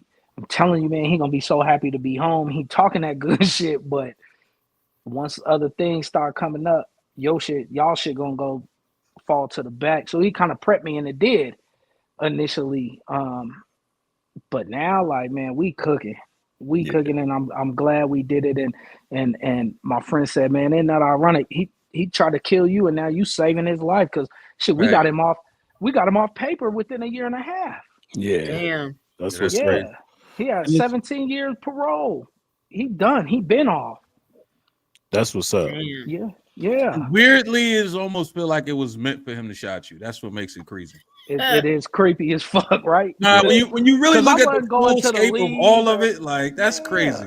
Yeah. Yeah, man. Damn. And Matt, And you've been working with youth for a long time too. So like you've always had the ability to inspire them, but also like you work with some kids that was headed down that path that you helped turn around. Yeah, man. I remember laying in that bed because I'll say this. This wasn't no cookie cutter. What's the boy that got shot in Chicago back in like the 70s? Benji. I wasn't like, I mean, I was really outside. And I remember laying in that bed, man, and I just was like, God, please just let me be able, because they wanted to give me that colostomy bag for the rest of my life. And my mom was like, no. So they put like this like drain in me that would drain, because I kept getting infections because it was in my stomach where he shot me, and I kept getting infections. And I remember just asking God, like, man, if you could just give me a normal life, I'm gonna figure out a way to like really affect people in a positive way. And now that's like, man, my friend, he got it. This is gonna sound crazy to y'all.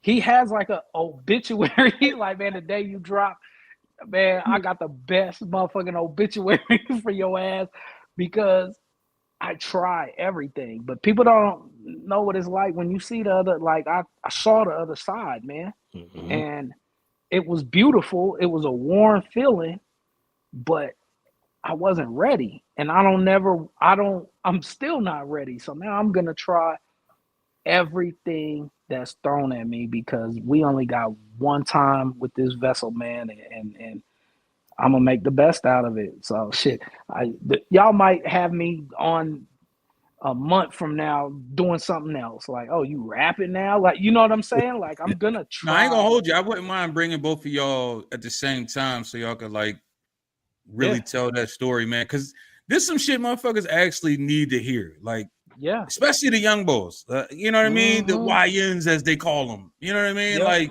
they don't understand. Like, the shit you do does affect you for life. Like, and it I got affects one your serious people. question though.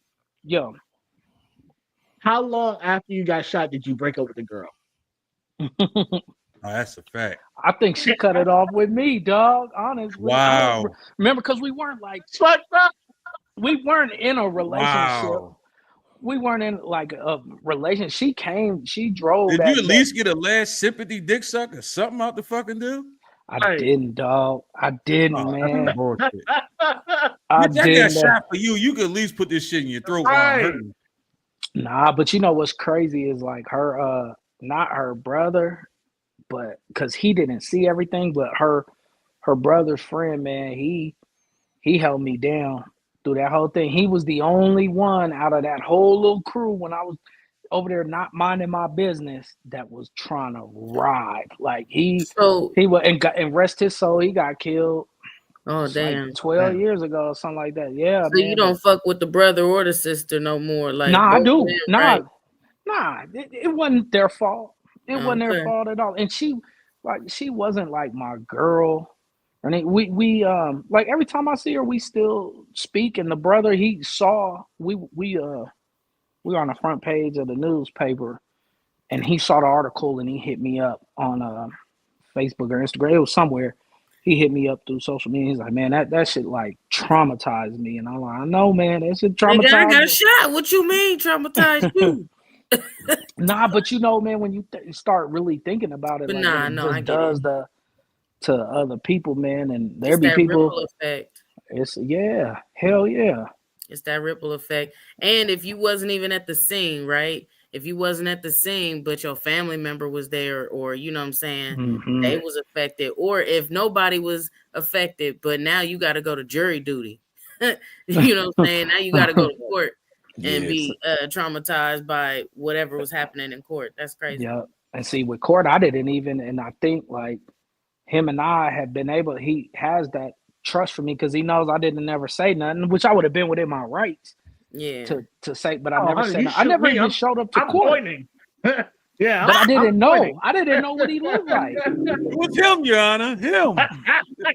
That motherfucker. White shirt, loose tie. That motherfucker. Hey, I get my best Jack Nicholson impression.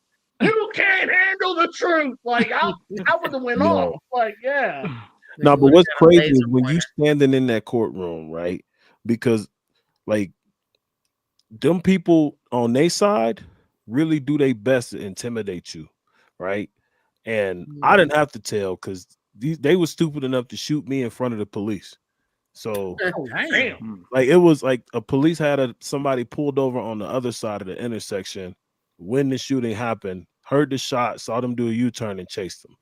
So, but the only reason I knew what they looked like, because that same night we was at the club together and I bought one of the dudes a drink because he was like fucking around with my homegirl and like laughing and shit. And so I bought a round. So, Why? like, it wasn't just Okay, about- you had to fix that. You had got to in. fix that. Yeah, way to clean that up. he got in on the round. So like he, I bought a round. And he got a drink. But like that's the only reason I even knew what they looked like. And then when they pulled up next to us, I looked You know, over. next time Easy say I bought a round and he happened to be there, so that's how I know how. Yeah. Because you started off saying I bought him I a bought round, him a drink. and then so Yeah. Come here, man. Come here, sir. everybody Nice else to was meet around, you. and I was like, y'all You can look get like in too. you eased up on him like, hey, shorty, you want a drink? You want a drink with me? Ain't no Diddy going on around here. So, you know they call me Bubba Frank. Yo, throughout this whole conversation, there's been a lot of, you've mentioned numerous times that you've been invited to certain things, or rather it's to go on tour, or to come smooge with the fucking mayor or some shit like that, right? Yeah. So let's say your homie hit you up today, right? Was like, yo, I'm trying to go to this party, and this is where he invites you at. Would you go?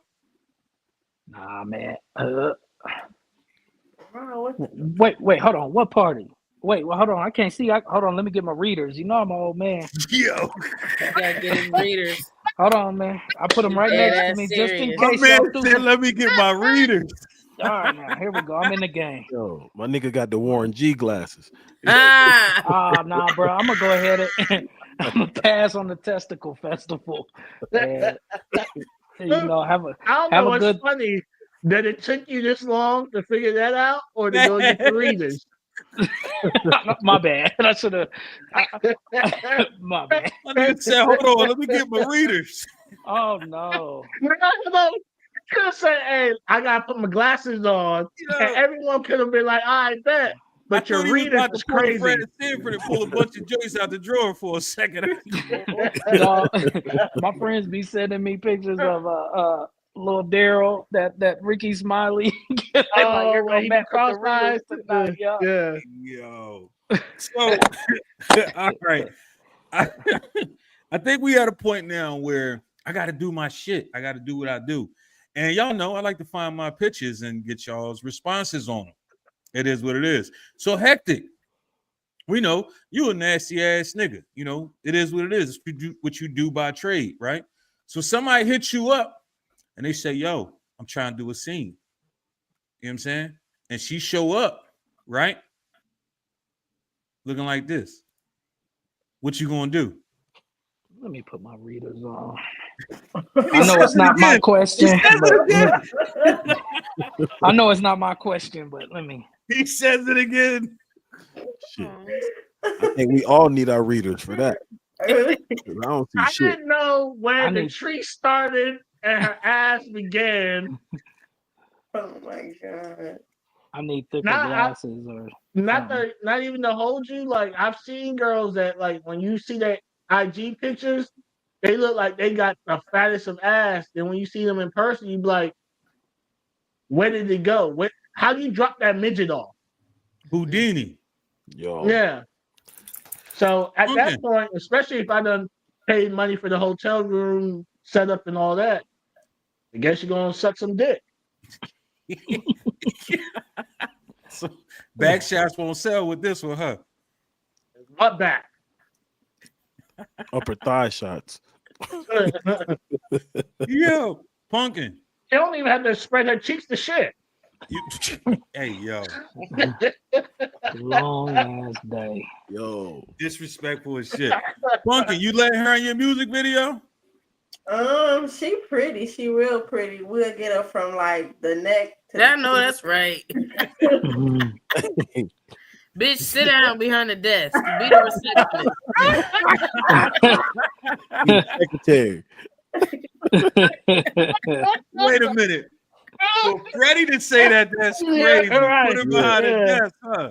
Yeah. Hey, I told you, look, on the island of Yamanites, you know what I'm saying? The island of yams, the no acetals, they are the servants. You know what I'm saying? Oh yeah, you did that. I told you that. We working on it.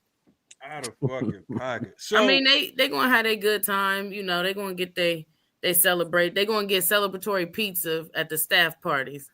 That's what they gonna get. celebratory. First of all, pizza is the most disrespectful thing to serve your motherfucking workers. Because we Tired of care. your job thinking, oh, we care about you. Take a slice of pizza. Yeah, Fuck that's you. right. Take and this your pizza, little goddammit. Caesars. Yeah. Take this lactose ass, Now, greasy does ass. it, but does it matter where the pizza came from? It No, do it matter. does not. It's It still do pizza. matter. It It fucking doesn't matter. because It's Nah, it still matters. pizza. you better not It talk matters. about some appreciation and bringing some fucking Papa John's or Little Caesars in there. It better Little be Caesars is the most disrespectful. Yeah. That's a They fucking. have though, It but better what be I'm some saying good is fucking pizza. any pizza is still disrespectful as shit. Fact. I don't give a fuck where it's from. It could be the best What pizza if, what in if the it's land. not payday? What if it's not payday? I don't give a fuck Complete what broke. day it is. Hey, And listen, I hungry. don't give a fuck what listen, day it nigga. is. It's still disrespectful. It's free as fuck, and I'm gonna eat it, but I'm gonna be mad as But I fuck. would be mad. Fact. I would be mad while I'm Fact. chilling. And I'm gonna take some home with me to feed my motherfucking kids too. Of course so you But that are. don't mean I still don't feel some type Yeah. of way. Fuck Exactly. you. Yeah. Fucking pizza. I'm gonna give Exactly. these motherfuckers a slice of my mind today. Right. So y'all know right now we are in graduation and prom season. So motherfuckers are showing up and they Crazy. showing the fuck out. They ain't playing these days. Easy. Yo. You paying for this dress? Oh my Fuck god. no. Bitch probably didn't even get a diploma. Them is fake. They better be fake. She probably didn't even graduate. I don't know why she even at the graduation We party. jumping her at the If end that's of prom real, night. she gonna be That's butt not a naked by the end of the graduation night. party. That's Oh, that the prom? Nah, Yeah. she the not, prom. nah, she not getting that dress for prom. Hell no, unless that's them Amazon $100 I was bills. gonna say I got plenty of them $100 Yeah, I got a whole from stack of them. Amazon. I got a That whole shit is stack of them. crazy. What if your son say this one he want to wear to the graduation pictures? The Yo. full Hey, shot. would you buy him the don't know black him. Air Forces to match? We don't Yeah, know. He could have He might mine. have them. Right. Yeah. He I feel already like got it. I feel He like in already order for you to show up with this, you definitely got on those crinkled Black Forest ones at Look the at same his time. face. You can't show Nah, up he's in a crispy chubby Air kid. He's Forces like a today. nice kid. He got some Yeah. brand new ones. He's like a pleasant. He's like the drummer at the church. So he He's a better nice be the kid. funniest. He better be the funniest motherfucker at school. Because Jeez, this is wild. I open the yearbook and see my kid like that, I'm calling the police myself. I'm like, Oh shit. he did it. Whatever it was the school said, he did it. You'll be a Karen. Yep. A Carl. It don't matter what the fuck they said. He definitely did that Yeah. shit, huh? The school calling me, lock his ass up, sir. We can't lock him up for throwing food in the cafeteria. I don't care. Put him in a closet or something. Don't send that nigga to my house. He did it. He Closet. guilty. He's You the fucking guilty. parent. You supposed to be the parent. Damn right. That's how we parenting in 2025. Hey Pumpkin, how do you feel about men cooking for you? I love when men cook for me. Like, do it matter what they make? I love African food, so I love African niggas, but You like the fufu. You like the fufu. fufu and soup. Wait. Do you eat with your hands though? Yes, I do. I eat it with my hands. That's how I Okay. eat it. Hello, Which hand do you eat with? Both hands. I don't know. Nope, you fucking up. You're supposed to eat Fucking with up. your right, I believe. Is it tradition? Is that what y'all saying? No, If I'm not because one mistaken, hand wipes the their left hand ass. you eat with, the right hand you wipe your ass with. Yeah, one of them they wipe their ass with. Yeah, if I'm not mistaken, it's the left hand that you eat with, and the right hand is for wiping your ass.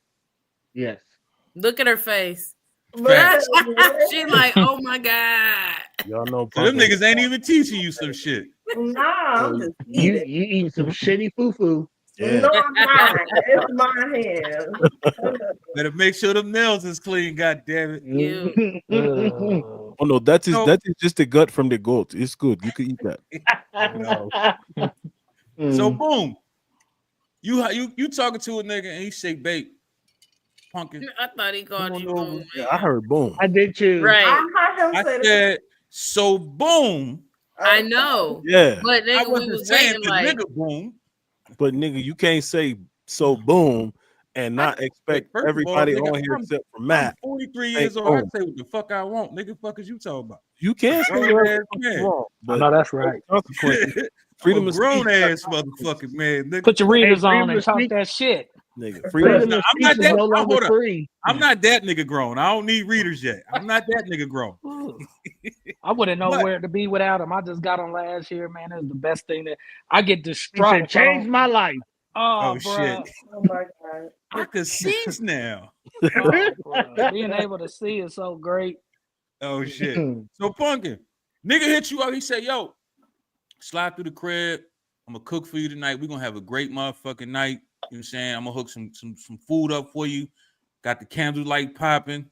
I'm gonna tear that ass up afterwards. This gonna be a night. You know what I'm saying? You walk in the crib, that nigga in the kitchen, and this what you see. Dog. Hey, dog. Hey, What is you going getting on? I don't cussed know. That out. might be it. What you say, Hector? No, go ahead and answer. Okay.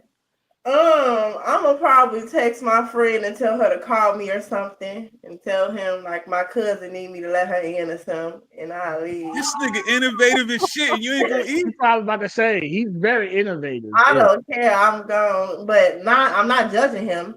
Like I chop it You're up. not with judging? I'm judging.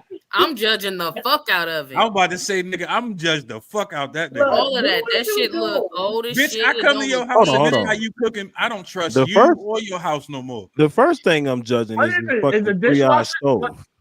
That's a Yeah. How you got 3 dishwasher. eyes on the stove? Oh, that is. No, that's the actual. Look at it. That's the No. actual stove. They turned the grates. They literally No, got that's a Yeah, I know stove. that part. yes. Okay. They got but the stove grates upright so the grill grate could sit on top of it. That's the shit from inside the oven. But Yeah, nigga, Sitting on how top the of the fuck? stove grates. That's a How the small fuck? stove. Oh, though. shit. How the fuck That's the a little stove tiny only ass. got 3 eyes though? Cause Facts. it's a apartment stove. Nigga It's got a this teeny easy It's one of tiny bake them. oven ass efficient. It's one of stove. them efficiency homes Yeah. stoves. First of all, this nigga was innovative as shit. I don't give a fuck. So I'm still judging him though. evidently he ain't got no pots and pans, right? Boom. Cool. But my whole thing is you're gonna have to click up that fire real high That's to get to definitely the a top fact. of the Yeah. chicken to cook it. That You shit's know I what I'm wasn't turbo. even saying? thinking look- that. Hold on. I Look was how like, where low all the fucking greases fires going? is. He got all That's- them shits on low. Yeah, this nigga finna start 2 fires. Right. Exactly. He gonna be cooking Hey, I them had pork chops for 2 hours. I had a That dude cook for me. salmonella. It was interesting. I went over to his crib and shit, and he knew I was coming, and he still had the ribs in That's the what his freezer. plans was. No. Yes. Listen, I know that's what his plans was. I get it. Oh, I already know what his plans was. That's fine. But what I'm saying is he had the ribs still frozen halfway. You know what I'm saying? And I'm and I looked in his fridge, and all he had was like one yam.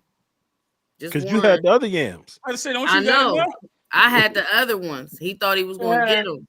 But the Yeah. meal was so sad. He had like some rice-a-roni, the ribs. And then he tried to cook the ribs, and they was only done. He said they was done in like 45 minutes. There was, at this time, there was no such thing. It They was not ribs if pre-COVID. they done in 45 Yeah, you minutes. getting sick. Yeah, was them air fryer ribs? Like what? No. Going on? That reminds me No. of my cousin Vinny with the grits. Nigga, These this is what I'm magic grits? saying. I was like, hey, I only watched one episode of this thing and it's 45 minutes. Them ain't done. He was like, yes. He was from Jamaica.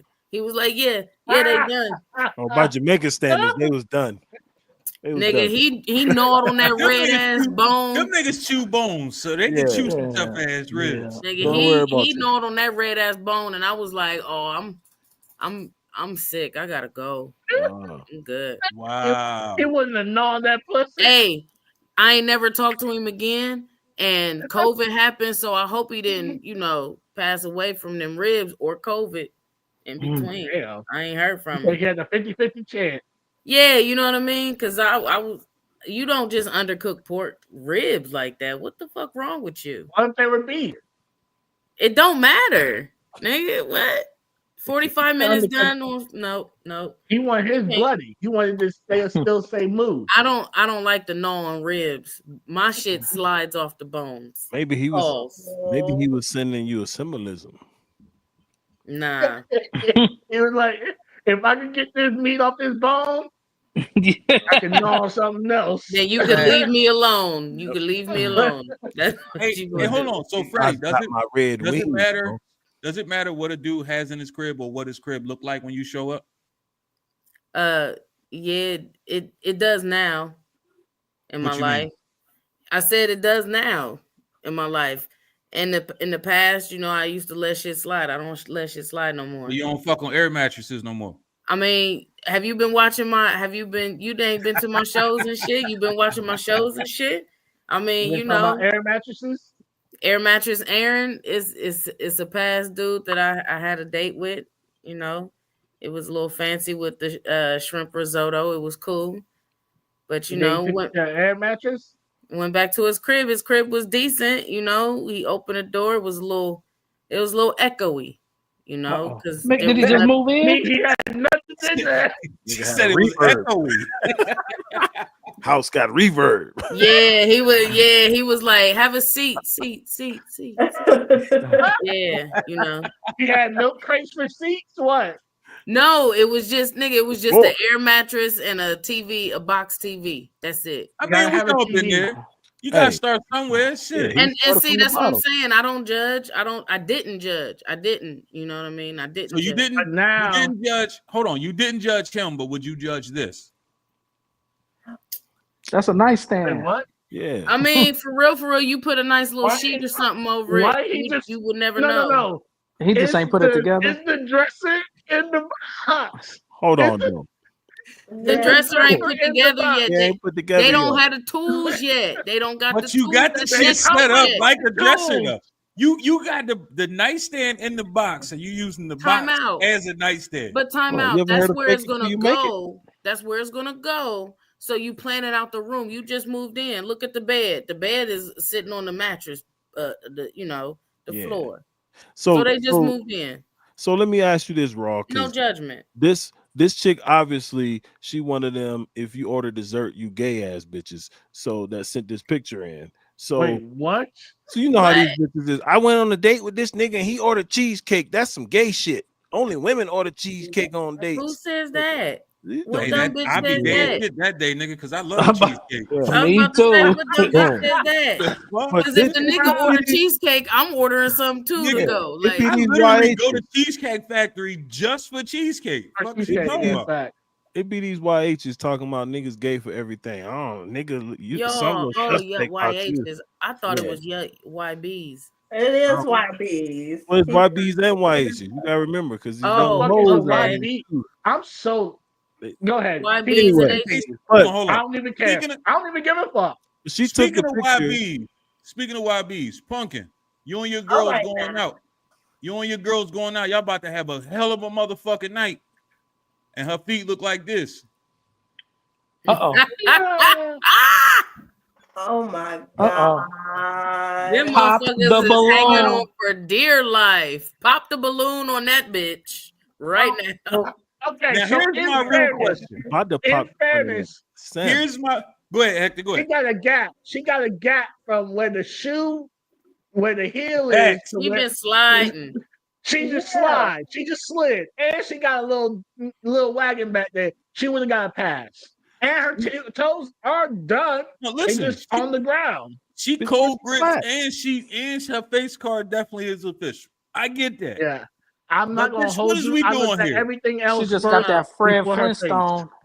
Yeah, no, because you know what? I know for a fact her kids' shoes don't fit correctly because she don't know how to fit shoes correctly. So she's neglectful. Yeah. So hold on. Pumpkin, my question to you is, because I know women love to hype up other women. Y'all will say, bitch, you killing it, knowing damn well you ain't. Is you gonna let her walk outside like this? Hell no. Well, no. She could wear some of my heels or something, but she ain't. I mean, bitch, she got little ass feet. Slide your feet back. That's all she got to do is slide your feet back. Look. First of all, her toes ain't bending enough to be in them shoes. Yeah, her center of gravity is off. There's something going on. There's some technical shit going on. Yeah, it's a lot of technical shit going on right here. A lot of technical shit. That's anatomically incorrect. And Right? guess what? On her back, it will fit right. Mm-hmm. Look here. She could have wore some flats. Hell, Called if it a that, day. Nah, she hell no. coulda Hell wore no, she flip Yes, couldn't she flops. have. could have. Hell no. She coulda wore No, some the Hey fuck she Dudes. couldn't have. Yeah, Hey, yo. Hashtag dudes. Hey, they got a new line. Hey, hoes. yeah. She Yo. There you yeah. go. She No, could have I wore hate fucking seeing Crocs. women in. I hate seeing women in mini skirts with slides on. Like you put everything else Oh together yeah. He ain't and say then slides, neglected your nigga. He fucking said feet. flats. Same I mean- fucking difference. Not really. Nah, Okay, little tell me wedge the or something. difference. All right, she could have wore wedge. Them heels just Wedges, ain't it. okay, Shit. wedges She more could have wore acceptable. anything else. Yeah. I'm What about to it- say she really could have threw some Jordans on with them shits because I see a lot of chicks doing that now. But how about like it don't Nah. matter? She could have did what I see she a lot did of them the doing fuck that, she and, get, wanted to and do. that shit be looking righteous if they throw it on right. The right J's. Yeah. Okay, that's cool. I see what kind of women y'all like. Sorry, we don't make our women I'm gonna go be and honest with take you. their You ain't, wig off and my clean their wife ain't makeup. ever got to put on a pair of heels one time in her life. I'm still gonna bust her ass. So what the fuck? Yeah, Heels ain't gonna change regardless. my motherfucking Yeah. mind. I think it's funny though, because like That a shit lot gonna of, change my goddamn mind. but also if you wear a lot of heels, a lot of times they not orthotically cool, and you Yeah, fuck they your fuck feet up up your- and your Yep. knees and, And your everything. back. So Your it's hip. like, yeah, So we see how you want to fuck your bitches up. Give a fuck, he ain't don't my give a feet. fuck about them. Look, you heard him say, "I don't give a fuck." Fuck That, I them. know, yeah. It ain't my feet. Ain't my Niggas feet. ain't shit. Niggas ain't shit. Hey Don't Matt, fuck would a you brain. consider yourself? Would you consider yourself a Brown fan or a Brown sexual, as you will? A what? A What? Brown sexual. A bronzexual. What the fuck is that? Do you One of them love niggas that feel LeBron like James? LeBron is everything. You can't tell nobody nothing about LeBron. Oh my god. Man, He I is think my hero. I like Facts. LeBron, man. LeBron is I like LeBron, dog. But are you a bronzexual? Nah, I wouldn't say that. That sounds So- crazy. So you That fuck sounds with Brian crazy. But heavy. I will say this: he's in that. He ain't better than Mike, but he's in that conversation. He's not better than Mike or Kobe, but we ain't gonna get into that discussion tonight. So, but here's what I do want to ask you: after seeing this picture right here, does it change your mind on how you feel about LeBron James? What the fuck? I'm glad I got my Oh, he- readers on. That he looks lost the crazy. So Man, there's First some of all, bets you listen, just don't make. Me, Easy, and Hectic is homies. I fuck with these niggas. These is gonna be my homies for a long fucking time. And not one time in my brain am I gonna No. say, you know what, Hectic, I'm gonna make you a bet, and if you lose, you gotta dress up I like my agree. maid. There's some And bets you don't if take. Hectic said to me, we're gonna make a bet, and if you lose, you gotta dress up as my maid, I'm punching Hectic in his fucking face, and we're never gonna speak again. It's Yeah, just that that's a simple. wild So bet, talking man. about this was a bet, nigga, fuck out. That's because these at a motherfuckers Diddy got party. so much money that it don't Then matter he if went they to a Diddy lose. party for Halloween, and this how he dressed up. see the This whole is crazy. He had to fact have that it's a- And the fact that it's a corset is even wilder. yeah. he Yeah. had to have This that. nigga got the public, headgear on and what is everything. it Like, come called? on, son. Nigga He look had like to a be handmaid. publicly humiliated. That's his initiation, y'all. I ain't trying to Who tied him up in the back though? Who tied the back of that shit? It wasn't Savannah. I know it wasn't Savannah. Who got Dwayne the Wade, outfit son. to Probably fit was that Dwayne big ass Wade. nigga though? Who ordered the maid outfit in a size Oh, 4X? It You wasn't had to have ordered. that shit It was tailored. tailored. Yeah, that That's shit tailored. tailored. Diddy he took went him in. downtown in That's Manhattan and had that shit made. Like Did he it's special. say? That He just did- made me did he say- sad. Did He say, squirted "I the like when you baby scrape-" oil on him first to slide Did he him into told the that nigga, outfit. "I like the way you scrape and squirm, daddy." That's what that shit was. Look, Yeah. Hectic. That was wild. I know you're a photographer. How do you feel about photography these days, Hectic? Same thing I feel about everything these days. Meaning, Just whatever. oh, okay. So do you do like family portraits and stuff like that too? I have. Would you do a family portrait? Like let's say Pumpkin brought her family to your house and said, "I want to do a family portrait." Would you do it?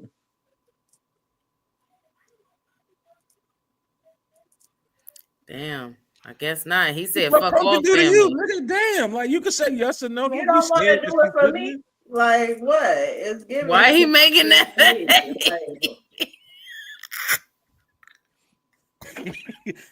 That got awkward. But okay, no.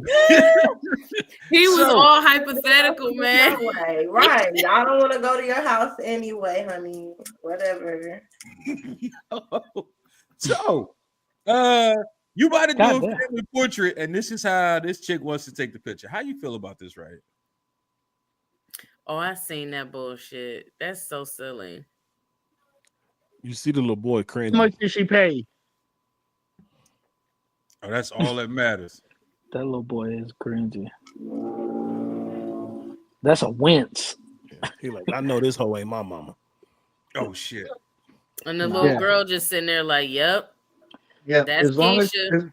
as long as that check clears, I don't give a fuck what you show up as. This one of them prime examples of you doing way too much. Yeah. Wait. Attention. No, no, Goddamn, 100%. It's a family I'ma do- fucking photo. I mean, You really I had don't, to show I'ma off do- your BDL at the family I photo. don't think so. I'm I gonna don't do think my so. job. I was paid for a service. I'm gonna do that service. Okay, go I ahead. don't Freddie. think It's that- on you. Go ahead, Freddie. Speak up for all women that represent to make sure they show love to You all know, women. I'm just gonna go ahead and step on my soapbox and speak for some yams of the Yemenite tribes. That I don't think this is too bad. This is a family portrait of her family and her extended family. You feel what I'm saying? So she just wanted to get everybody in the picture. You know what I'm saying? Because also too, like, I mean, it's not like it would have been really bad if she had bent over and had the kids sitting on her ass. Oh, You know what They I'm could saying? have Probably sat on did. it. They They shouldn't could have have done sat on it. That would have been inappropriate, you know. But this is still flavor. It's still like tasteful. You It's know what not. I Look, mean? It's she not.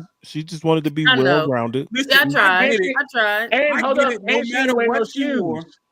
the facts. No, listen, I fully understand. No matter what she wore, you was gonna see the turkey. It is what the fuck it is. But you ain't had to go out your way to show off the turkey. Yeah. For a With the family kids. photo Put some with the kids. motherfucking Kids. pants on. What's wrong with these bitches walking around in corsets? You are not Beyonce. You are not on stage walking to Walmart. Getting Or your LeBron. order You're in the not cart LeBron. at Aldi's, nigga. Let's not Stop. forget LeBron. Yeah, you ain't LeBron Let's or not Beyonce. forget that one. I don't understand like these women be wanting attention so bad doing shit like this. Like they don't There they understand go. the impact They that say have they on their don't. kids.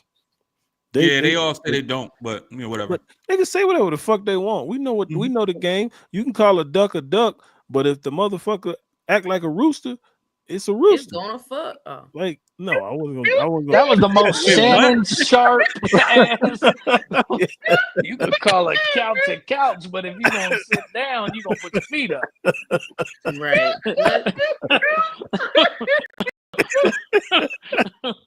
What?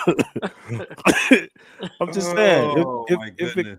if it cluck, it's a rooster. It's a bird, so Yeah, don't try to call a rooster a duck if it cluck. Like, goddamn, This nigga always be trying that country shit. whatever. God, that's so Always be country. whatever. God damn, that's But it just don't make no sense. Like these fucking kids be having to deal with this shit. Like, how the fuck you gonna have a family photo and somebody come to your house and Because be like, people oh, ain't the self-aware. That's kids all. look- They do don't she- give a fuck.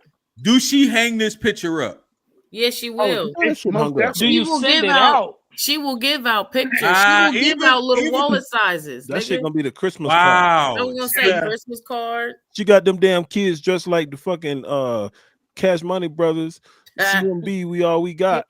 And her ass out there giving out holiday turkeys and shit. Like, what First the of fuck all, going why on? all black? That's just wild to me. Damn babies look like Nino Brown and G Money. And Yeah. ain't nobody. Why they ain't got no shoes, no pants, Yeah, no no shoes, no shoes. service. Kick her ass Yeah. out. Well, the babies don't got shoes on either, so I guess she was trying Yeah. to match them. That's what I'm saying. Nah. Ain't nobody got shoes on. But they got pants on. Nah, it looked like the little girl in the back got shoes on. It looked like they got Yeah, biker she- shorts No, she on. just got long ass feet. Her toes No, they got- all on the side. They got Kevin biker Durant. shorts and stockings Got on. them damn baby bop toes. Baby bop Yo. toes. You done peep baby bop's toes? You ain't never You watched went to Barney? baby. You went to dinosaur toes. Easy. Man, I mean, they on the side and shit. You know know where how- they at though. You know how dinosaur toes be on the side. not in the front. I don't know where they at. You know where they Yeah. at. I don't For know where real? they at. No, Well, no, wait. That sounds no. Brontosaurus Rex. You know what dinosaur Yeah. told me. Cut that shit out. Fuck you, Ron. We ain't doing that shit. So this is the last one I got right here. I don't need to paint the scenario. The scenario y'all could read on your own because Hectic already know I ain't reading shit to y'all niggas. Oh shit.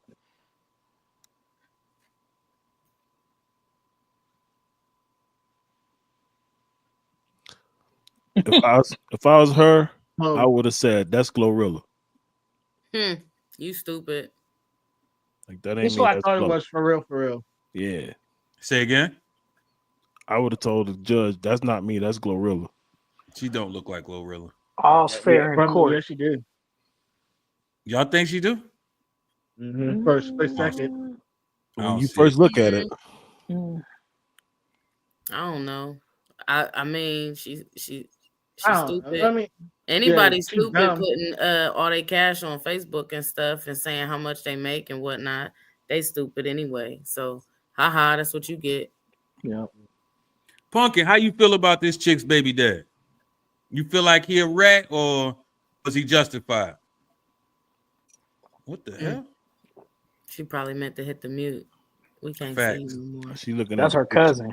I feel like she over there talking and don't know we can't hear shit she said. That's the crazy part. Oh, there she go. My bad.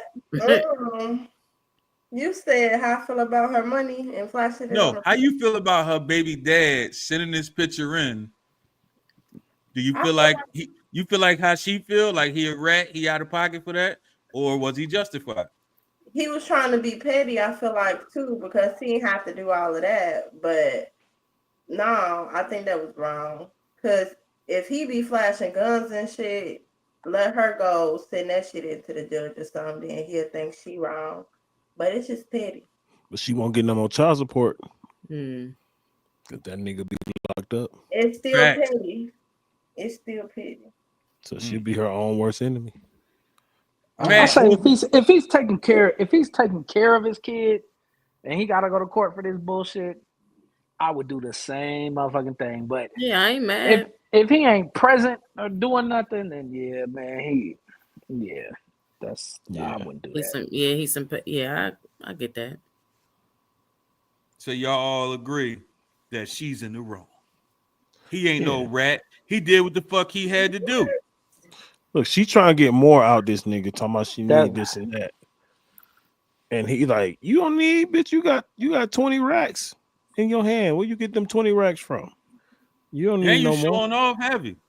Yeah. They need to reduce my payment. That's what they need to do. Don't show off. Facts. Matt, Yo. how would you say, since you got into comedy, how would you say that the comedy world has changed since you got in? I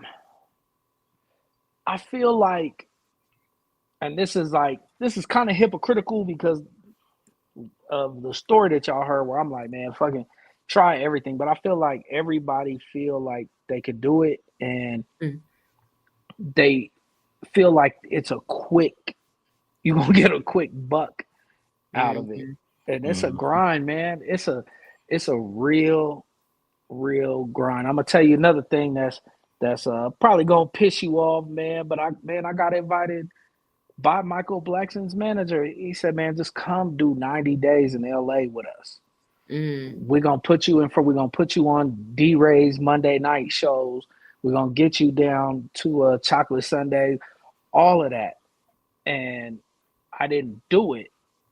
And him and I talked. He said that at some point, man, you either playing with it or you taking it serious. And it's a huge motherfucking sacrifice. It's a huge sacrifice that you have to make. And at this point, bro, I'm about to be 46. He said, you're coming to a point where you're not even going to be marketable pretty quick because you're just getting old. I think everybody thinks that they can do it, and I love that. I love when people believe in themselves and shit, but there's a grind. You better put some respect on comedy's name because it ain't easy. Speaking of respect, how do you handle your hecklers? Or have you ever had hecklers? I don't really get them, man. You know, there was some dude that kept yelling out like, "We the best," like the whole time, like. So, but I've never had anybody really press me. But That's actually funny as shit. I better not see you, because I'm gonna light your ass the fuck up. I'm gonna find every imperfection on you real fast, and you gonna turn into a good 3-4 minutes. Like I said, if you don't want to fight me at the end, I didn't do my job. Oh shit. Yo. What do you like most about performing live? Man, it's cool at the end when people appreciate the work that you put in, even though they don't say that. With just somebody coming up and wanting to take a picture, or somebody like, man, where can I follow you? Where can I find you? Or how can I book you? That's how you, for me, that's how I know that, like, all right, I did something out there tonight. What do you like least? Shit. the preparation for me, man, and I used to love the grind of it, as far as like writing and preparing a set, because there is a little bit of anxiety that comes with it, and I don't know why, it was something about that felt good. But I probably my least favorite part about comedy is like the morning of a show, just that anxiety, that feeling when you wake up and you like. So when you got back-to-back shows, that shit got to be crazy. Like back-to-back days. Nah, because after you get the first one out the way, you make your little tweaks, and then you got the next. Because like if you're opening for a big act, man, you got like 4-5 shows, so you better get that shit out the way fast, because them motherfuckers, they can fire you. They can tell the club like, after your first set, they could be like, yeah, man, get this nigga the fuck out of here. Yeah, man, I ain't never been fired, thank God. So it was Ali Sadiq was telling a story about when he did a show and for Cat, and then he went outside to get somebody in the car and they wouldn't let him back in. Like, how often does that shit really happen like that? Oh, say that again. So this comedian Ali Sadiq said he was doing a show for Cat. Said he went outside to get somebody out of the car after his set, and they were like, "Cat don't want you back in the venue." Oh, dang. Cat did that to him? Yeah. Oh, it was Cat. I thought it was like security not knowing who the fuck he was. Wow. Yeah. Wow. Ooh, that's rough. Yeah. I've never heard of that. He said he still got paid, but he ripped the check up because he was mad. I wouldn't have ripped that shit up. I wouldn't have ripped that shit up either. Hell no, that shit still get cash. Fuck you talking about? Cash. And I'd have cashed it the next morning just in case. I don't want shit. I would have done it right there. I would have took that picture. Hell yeah. Is the ATM still open? Let me go deposit this. Hell yeah, just in case he want to be changing his mind on the check. Fuck that. Let's cancel that check I wrote last night, pimping. So Cat Williams didn't let him back in. That's crazy. So he was. Right there. I was like, how often does shit like that happen? I've never seen anything like that. You'd be happen. surprised a lot of shit that happens behind the scenes, like who doesn't get along, and shit and all of that. You can tell. You can definitely tell. You can feel the energy, especially because them green rooms are small, man, and a lot of times them headliners don't even want you really in there. If they welcome you to, like, sit in there and drink with them and stuff, then that's a cool thing. But them rooms, boy, they be small.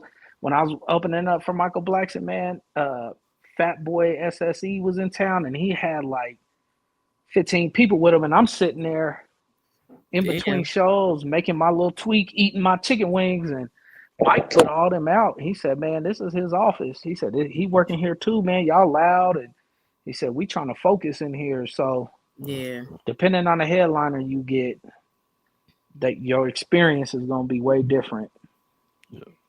So Freddie and a few other comedians we had on here, they all talked about like getting booked and how you could go from, show after show after show after show to possibly not doing the show for a minute, because it ain't always a layup that you're going to have shows all the time. So you got to, relish in them shits when you got them.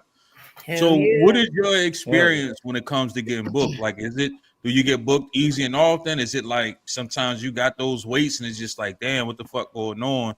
And if you have long periods of time between getting booked, do that shit fuck with you? Yeah, I think it definitely fucks with you. Like Freddie said, it could be hit or miss, man, and it could be a whole lot of factors. It could be just putting yourself out there, because, like I said, I'll disappear for a minute to make sure everything is good at home, and then I'll get in my feelings. I'll see a show, and I'll be like, "They didn't book me for that." And my wife, I call her Suge. Where? Suge will be like, you haven't been anywhere. Like, they probably don't even think you do comedy anymore. So I think one of the big things is staying on the radar of your peers, but also the comedy clubs. The Improv, I was eating, and then they switched their GM during COVID, and I've gotten a couple shows, and that's about it. And now, I haven't been at the Improv for a minute, so I switched to Comedy Works, which is always been kind of the staple on the comedy scene in Denver. And like I said, it's really hard to get on there. So when you see somebody in Denver performing at Comedy Works, you like, okay, that motherfucker been grinding. They have to have been grinding and getting. They're really critical of the comedians. They give feedback.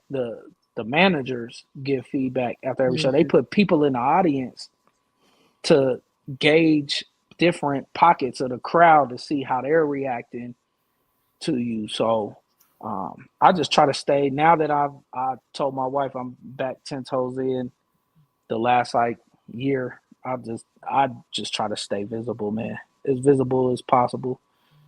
Try not to turn much down. Yeah, I was about to say how. I was gonna say how 10 toes down, like the bitch's toes that we just seen that far down. 10 toes motherfuckers dragging. Yeah.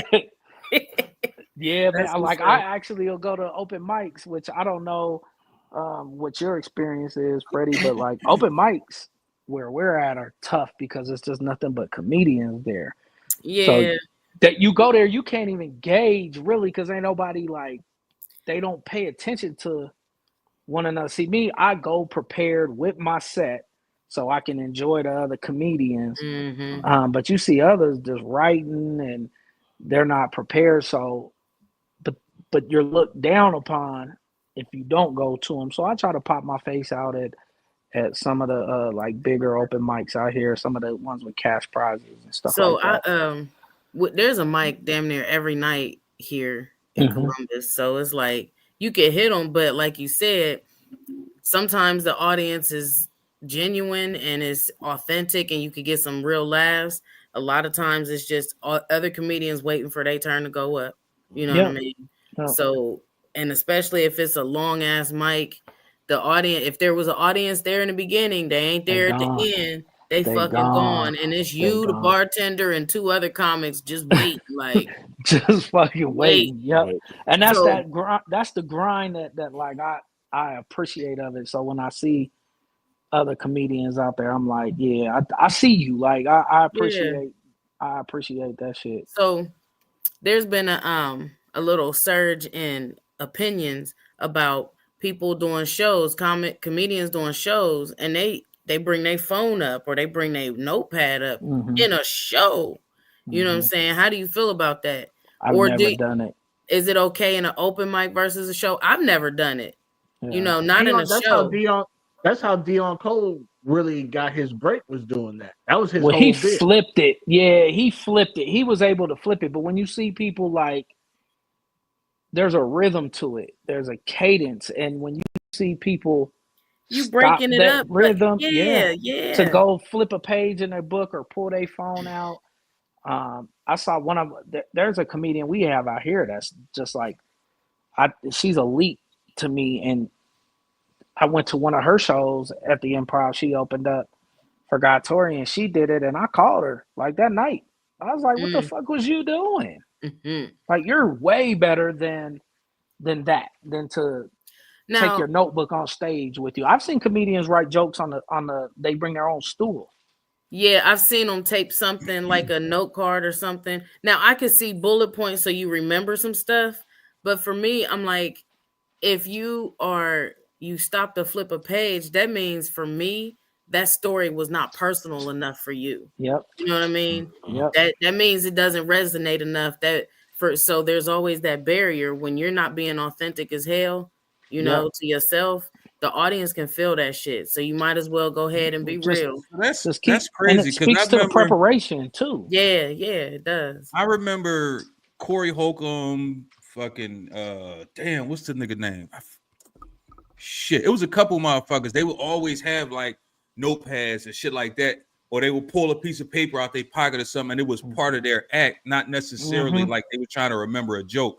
So when I see people doing that, I just feel like it's always a callback kind of to something like that. But y'all basically saying a lot of these motherfuckers just don't be on point, and they trying to remember some shit because they ain't wasn't prepared, if you will. Some. Now let me ask you this too, Funny Matt, because you've opened for bigger names, you know. Has anybody told you to not go on the stage and light it up, like told you to alter your act so they don't have to work as hard? I've been told. I had a joke, man, back when I was single. I had all these single, like, can't get a woman type jokes, and I had a joke about like driving up to the mountains and yelling out because I wanted to hear somebody tell me that they love me, and I go up to the mountains and I yell, Matt, I love you. And the echo came back and said, Matt, I just want to be friends. And it killed. And I ain't gonna say his name, but he's a big time touring comedian. He asked me to scrap that. He said, man, can you please put, and he was really kind about it. And there was another opener I have about, I feel like that's some bitch ass shit to say. I have another opening joke that I've used for years and just kind of crafted it and tweaked it. It's a wig joke about asking women, like I just ask them a bunch of different questions, like, do you got a car? And then I go like, even if your car is like from Drive Time and by the General, that's cool. Do you got a car? And I go kind of down the list.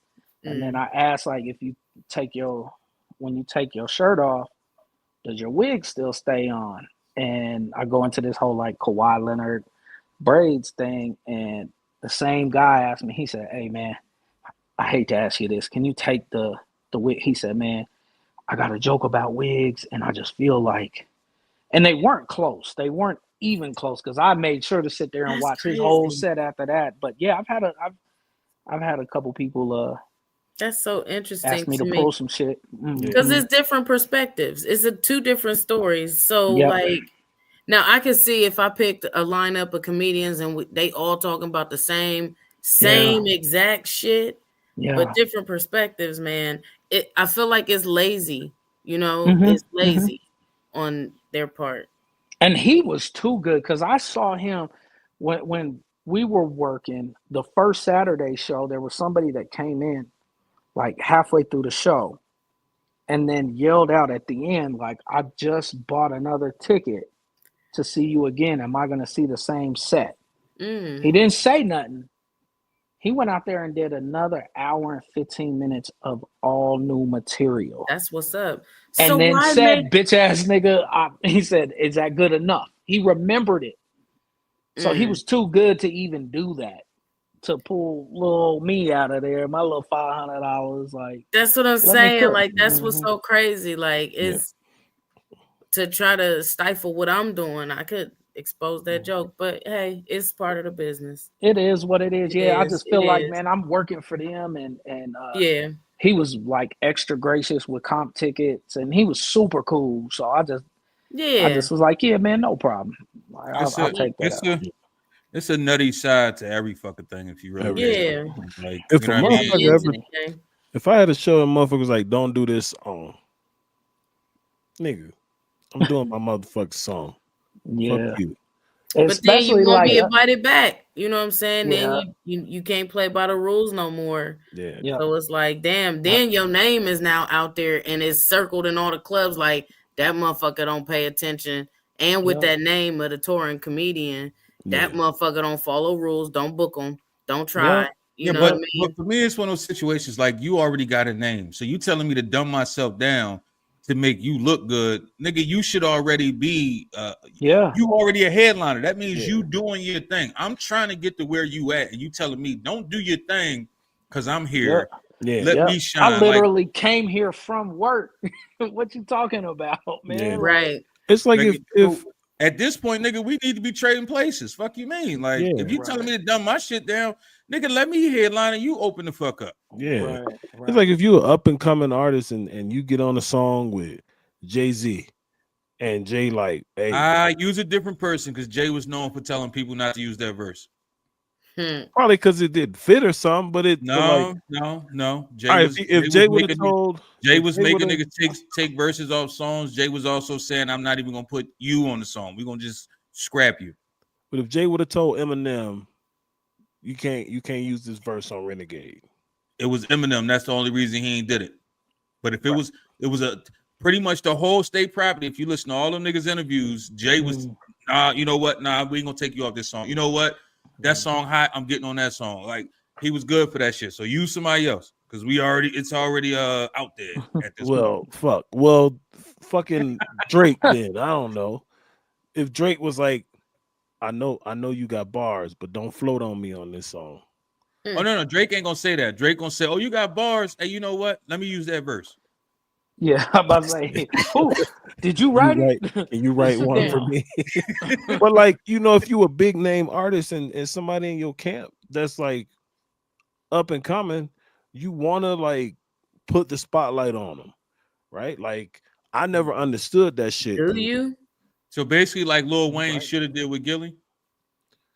Yeah, and it was obvious Gilly was writing shit for Wayne. Nigga, what the fuck you doing saying, you from New Orleans? Like, fuck out of here. Fucking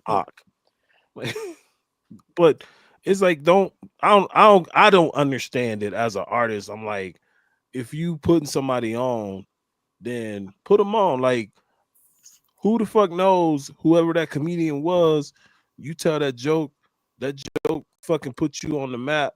You go viral. Obviously, once you go viral with the joke, you're not gonna be telling it on the tour circuit because it's old now. But when you become the next Kevin Hart or the first Funny Matt, then the motherfucker be like, I mentored him. Because then they'll want to take credit for shit. I discovered Funny Matt.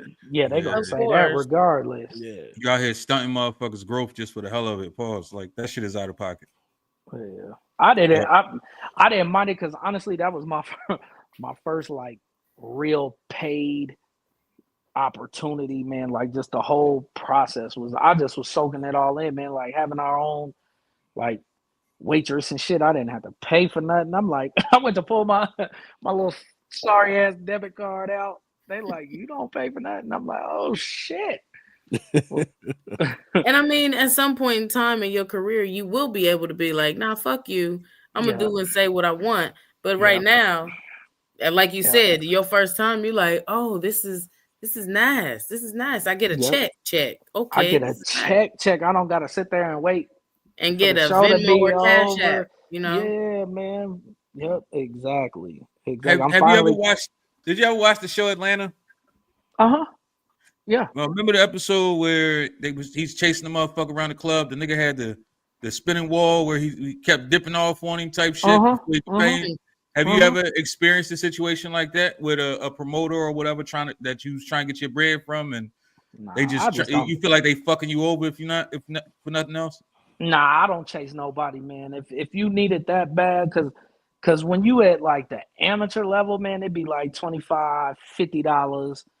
$100, something like that. I'd be like, yeah, whatever. Like, I don't even say nothing, but don't try to book me again for no shit. Like, definitely don't do that, and don't ask me to sell no motherfucking tickets, because that's I'm like, really, like I said, man, I got a lot of different networks, friends, and that'll pull up and really are rocking with me. So I'll bring some paper to your venue. So, man, you better put a little respect on my name, because I'm finally and my wife told me I had a show. I had a show in right before the holiday, and man, it was this hood spot, and I didn't know it was a hood spot. It was like a benefit, so I was like, yeah, I'll do it. And man, we got that. They didn't even have a sound system. They had like a little Bluetooth speaker with a mic, and Wow. and I was just like people you couldn't hear the other. It wasn't a full comedy show. The other comedians, they dipped out. They were like, we gone. And I was like, fuck, man. So I'm just saying, I felt bad.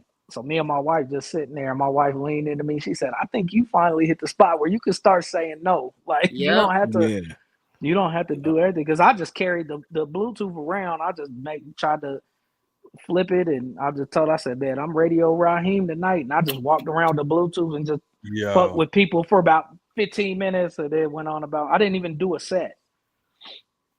Wow. That's funny. Facts. All right, it's about time we get the fuck about this camp. You got a hell of a story there, brother. Yeah, you got a hell of a story there, brother. Real shit. So I definitely want to bring you back with your, what you say the boy name was, Marcus? Jonathan, my bad. I was way the fuck off. He a Ving Rhames gonna play him. He was thinking Or about Charles S. Mr. Dutton. One of them is Whoa, Freddie. You always be thinking niggas don't hear what the fuck you say. Watch your mouth, son. Pause. What you talking about here? Fuck out of here. You always think you gonna say some shit a nigga that didn't hear you. Fuck out. I'll hear everything, goddammit. All right, this is time. We'll give everybody a chance to talk their shit, let them know who you are, what the fuck you got going, all that fly, funky ass shit. You know what I'm saying? It's your girl, Petty Ass Pumpkin. Make sure you go check out my new music video. She is out. Check out my new music video, whatever. It dropped on the 31st. And follow me on everything at Petty Ass Pumpkin, PettyAsspunkin. And follow me on Twitter at Hoes and Skittles. You know who Thugnificent is? Yeah, no, watch yourself though. I'm trying to tell. Come on. Hey. I had to. It is what the fuck it is. Why? Nigga, why? All right. So it's me. Do what you want. Pretty I'm good. tired. What?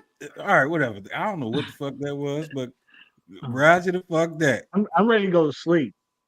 Hey, look, it's me, Freddie Simone. I probably ain't even gonna be here next week because I'll be in Dayton at Laugh Zone.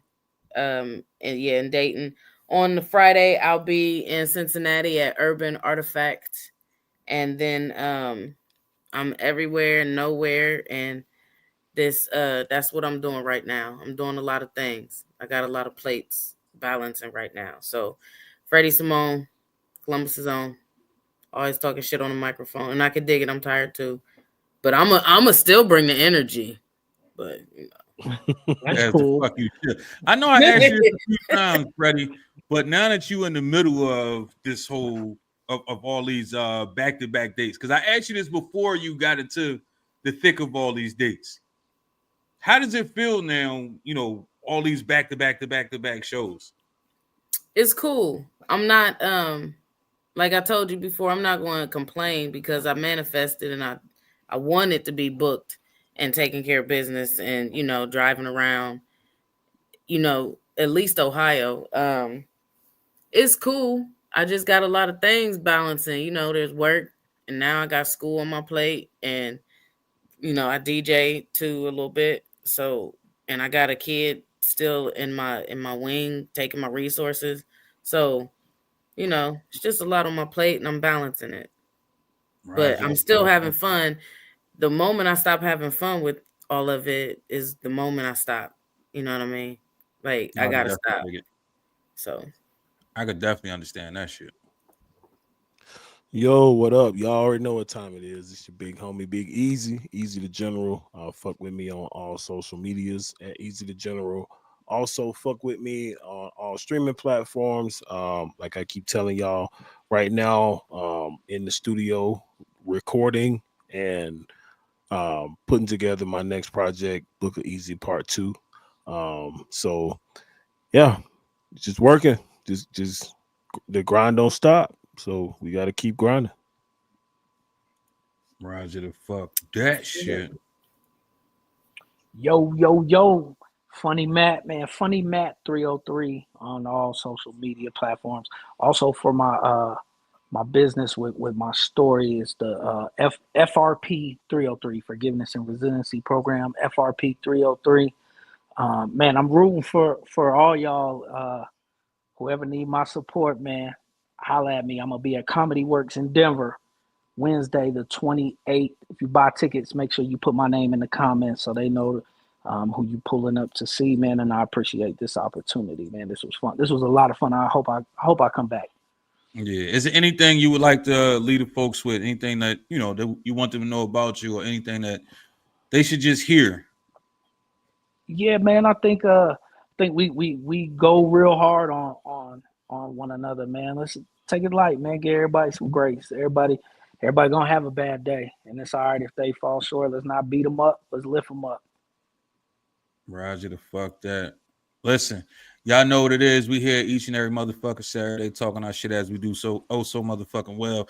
And not always do we talk shit. Sometimes we bring a motherfucker on and they surprise you and they give us a story like he did tonight. It happens.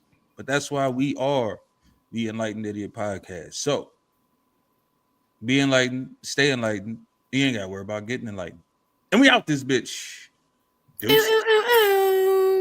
Yup.